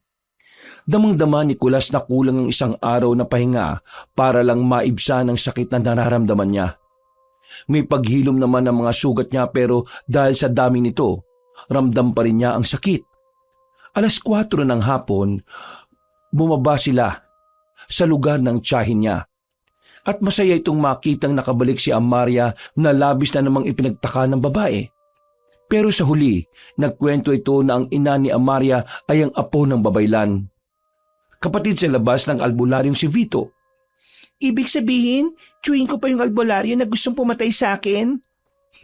Nakakagulat Pero anong magagawa natin? Yun ang katotohanan. Pero hindi niya kaano-ano ang babaylan. Kamag-anak raw yun sa kabilang panig. Sa labas, sa nanay ng kapatid niya na tunay mong ina. Yun ang pagkakaintindi ko. Kasi magkapatid lang sila sa ama eh. Sigurado kong marami siyang alam tungkol sa nanay ko. Pwede mo ba akong dalhin sa kuta niyo? Pero malapit na maggabi eh. Kukontrolin ko ang sarili ko. Pero oo, may tiwala ako sa'yo.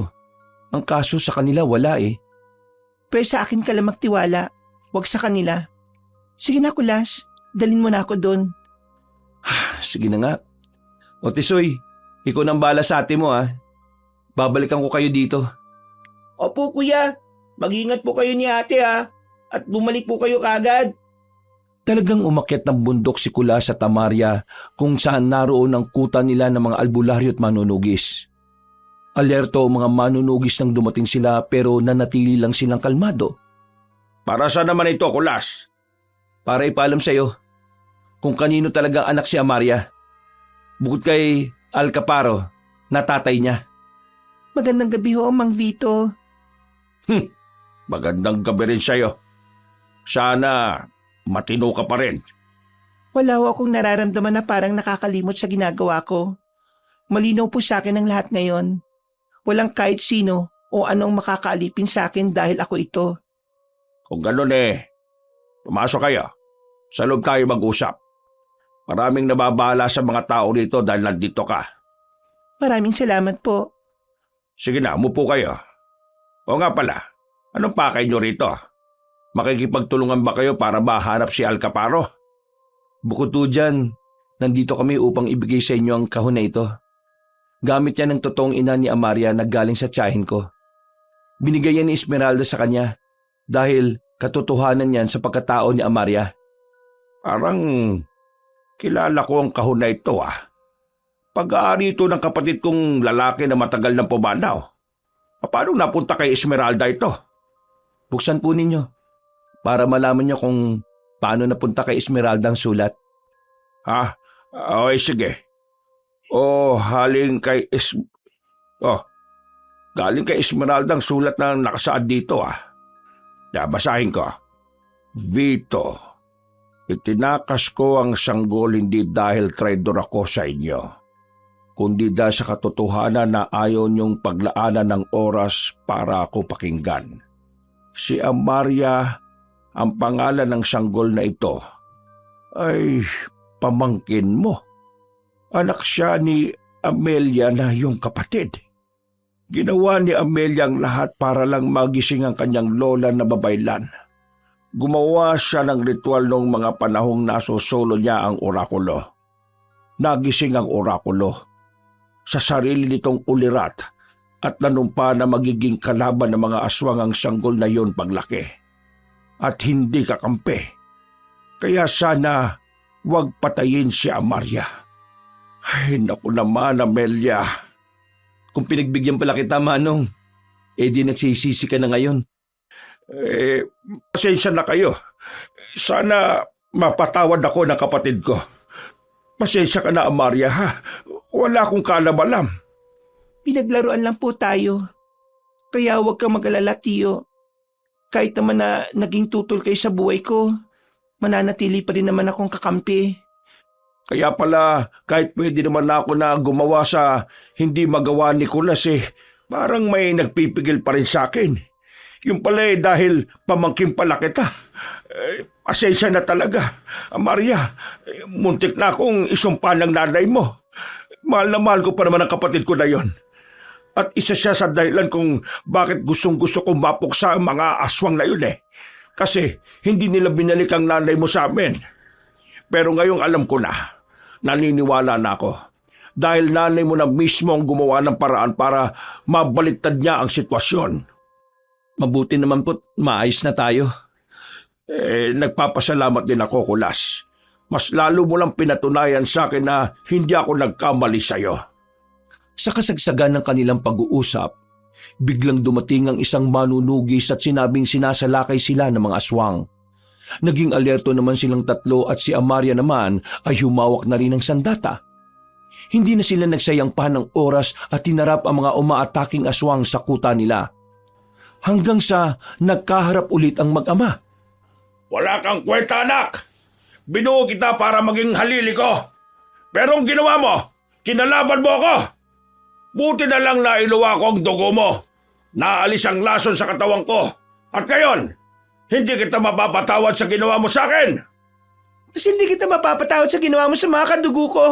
Sa nanay kong bihag mo. Ay, oo nga pala.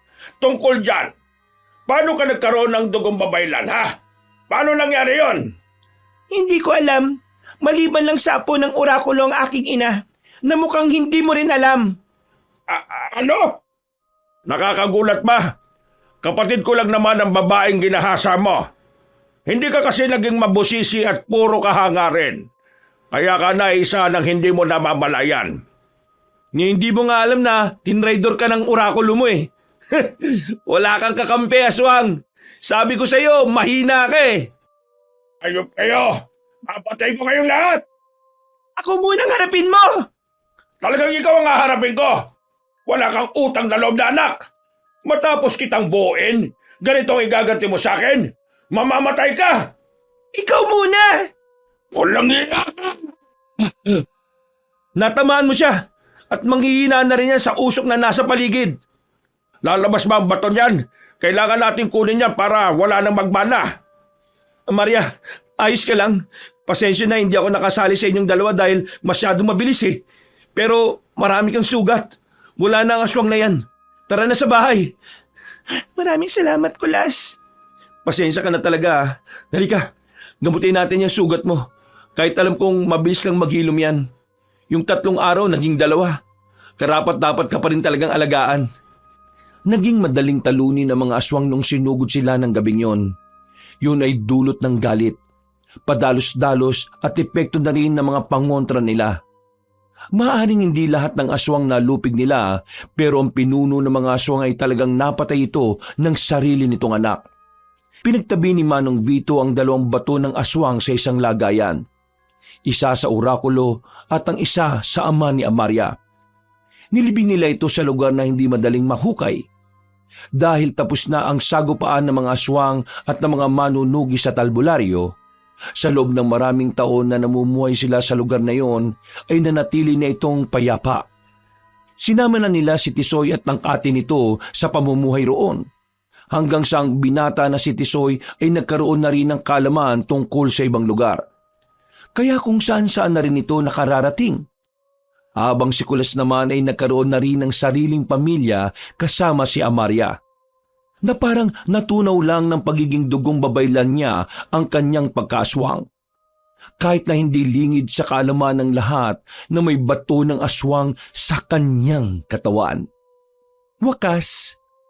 Hello mga kabangers, mga kayanggaw, si Kabanong Puli. At muli tayo na naman po ay magsha-shoutout galing sa video ng dalagang pinagsamantalahan at itinapon sa ilog yung mga nag-comment doon. Pero syempre, uunahin po natin yung mga nag-join o nag-member sa atin, no? Yung ating, parami na sila. Total numbers po natin ay 11 na, no? So sana po sa susunod marami pa rin po ang sumali at sumuporta po sa ating channel. So ito po, unahin na po natin yung unang-una na nag-join, okay? Yung unang sumuporta sa atin si Lance MBB, kay Mayan Zuevela, kay Christopher Kalima, kay Precious Iris Also, at syempre kay Josephine Barrientos, kay Noel Reyes, kay Shaololin Your Love, kay Lynn Kalayeg, kay Akala Carmi, kay Kaloyal Kualas de Muls, at syempre pa kay Mark Hill. Ayan, ito yung pangalang artista. Kay Chris Michael Betita, kay Myla Lotino, kay Jomar Atemosa, ito po yung mga bago natin, no? Si Jomar Atemosa, kay Grace Gale, at kay Anjo Pesiao. Ayan, hello po. Nako, thank you very much po sa inyong pagsuporta sa ating YouTube channel. So, yung mga gusto pong lagi pong nako-comment or lagi na siya shoutout, every time po na meron po tayong pa-shoutout, sila po ay mga nag-join. So, gusto niyo pong mag-join po, meron po doon sa tabi ng title ng ating YouTube channel, yung mga kwento ni Kabanong, may join button doon. Pindot lang po kayo, less than 100 po. Nakasuporta na kayo sa akin, nakatulong na po kayo sa channel at lagi pa po kayo masya-shoutout. May iba pa pong mga po doon, entry level. Mas mataas na entry level, mas meron pong benefit na mabibigay po sa inyo. And syempre, tuloy-tuloy pa rin naman tayo sa pag-shoutout ng mga nag-comment. Pero randomly lang po ito, no? Yung mga makikita po natin na kumbaga papasadaan natin, kung sino po yung ma-shoutout natin, maswerte masya-shoutout, sila lang po yung mabibikas po natin. So, una po nakita natin dito si Papa Reeves. Hello po, shoutout po. Sabi niya sa MFS Shoe. Yan, okay. Meron po nga MFS Shoes. Shoutout po sa inyo kay Roselyn Labajo at kay Jonalyn Tubalyas. 3 account po daw yung ginagamit niya. Ako, maraming salamat po. Kay Lilibet Halandoni, hello po. Ayan, ako napakaganda po ng font na ginamit niya. Hindi ko masyado mabasa. At kay Precious Irish also. Yan po, yan. Isa po sa mga nag-join button natin yan. Kasi pagka nakita ko na nag-join kayo, meron po kayong special emoji, yung star na yung bilog na blue na may star. Okay, kay Jonalyn Tubalyas. Ayan, sabi niya naghihintay lang siya ng pabor sa daming account ko na pina-follow daw. Nako, thank you very much, no. Kaya Dionisio Saloreto, ayan. Hello po mga kayanggaw, sabi niya. Kay Judith Santos at kay Jonalyn Tubalyas. Ayan, baka pwede daw pa-shoutout Jonalyn. Hello po. And then kay Honey Jane Engalia. Hello. Ayan, yun, habang natutulog daw, nakikinig siya. At kay Rosana Kaufman. Hello po. And kaya Eleanor Anala, kaya Aida Calma, hello, at shoutout din kay Jancel Ceresa, kaya Jonalyn Tubalyas, at kaya Federanada. Ayan, syempre ito shoutout rin po listening dahil buntis daw siya. Nako, nakikinig na ngayon, may baby na daw siya at 2 years old na ba? Jemlyn Dahuya. Talagang time flies no? And kay Miss Aniseta Channel, hello po. Kaya lang ang masakit kasabot ng ama ni Emilio, comment siya about doon sa story. Kaya Sichar Namukamali. Naku, tama po ba yung pagkakabigas ko? Sana minsan po, mas maganda po, i-comment nyo na rin mismo yung pangalan nyo para mas madali mabasa, no? Then kay Dikong TV, hello, kay Bong Serrano, Arayat, Pampanga. Galing sa Arayat, Pampanga ito. Kaya Liza Elesion, hello po. Galing naman to sa Iloilo. Kay Catherine Epilan. Tama ba? Catherine Epilan. Hello po. Kaya shoutout rin daw kay Ricardo Epilan. Nahiyanggaw na rin daw siya. Kay Gnit, kay Jonalyn Tubalyas, at kay Jonalyn Tubalyas. Hello po. Nako, iba-iba to. Dalawa pala to. Nag-comment lang siya ng dalawa. Kaya Cheyenne Soto, kay Erickson Benitez. Hello po. Shoutout rin daw. Galing to sa Malabon. Sina Olan, Mark, Joshua, Randy, Amang, tsaka si Ompong. Nako, ang dami yung boses. Ang dami yung pangalan, ha. Hello po. And kaya Jane Rose Gaspi. Ayan. Jane Rose Gaspi. Pa-shoutout din daw. Then kay Abigail Embang. Hello po from Negros. Kay Zenaida de Maunahan. Talagang hindi maunahan. Shoutout po. And then kay Eric Odonya. Shoutout po kay Eric P. Odonya. Yan, isang mag-iitik daw. Yan, wala daw siya kasama doon. Ayan, mukhang ako lang ang kasama niya, ang ating kwento. Kaya ang Angelito Agustin, ayan, kay Darwin Kotkot from Cebu, and kay Arlene Merano, ayan, since 50k followers lang daw siya, kasama na natin siya. Siyempre, ito si Lance MBB, member po natin to. And kaya Rochelle Diebo, ayan, from Singapore. So, ayun po mga kaibigan, ang ating mga random na shoutout sa mga nag-comment. So, sana po, yung mga hindi natawag, wag po kayong magsawa na mag-comment para po tawag doon. Malay nyo, kayo naman ang susunod kong ma-shoutout. At kung talagang gusto nyo sure ball na ma-shoutout ko kayo, yun nga po, mag-join po kayo sa ating membership. Doon mag-click kayo dyan sa join button. At siyempre, yung mga magko-comment, maraming salamat po. Malaking talagang tulong yan sa ating channel. Mag-like rin po kayo. Don't forget to like, ha. At yung mga bago po natin na mga bisita, sana po don't forget to click that subscribe button at saka yung notification bell para lagi kayo na-notify pag meron po tayo mga bagong mga videos na ipapalabas. Okay? So maraming salamat po. Guys, ingat po kayo kahit saan man kayong panig ng mundo, ha. Thank you very much po sa pagsubaybay palagi. At ito po uli si Kabanong nagsasabing I love you all!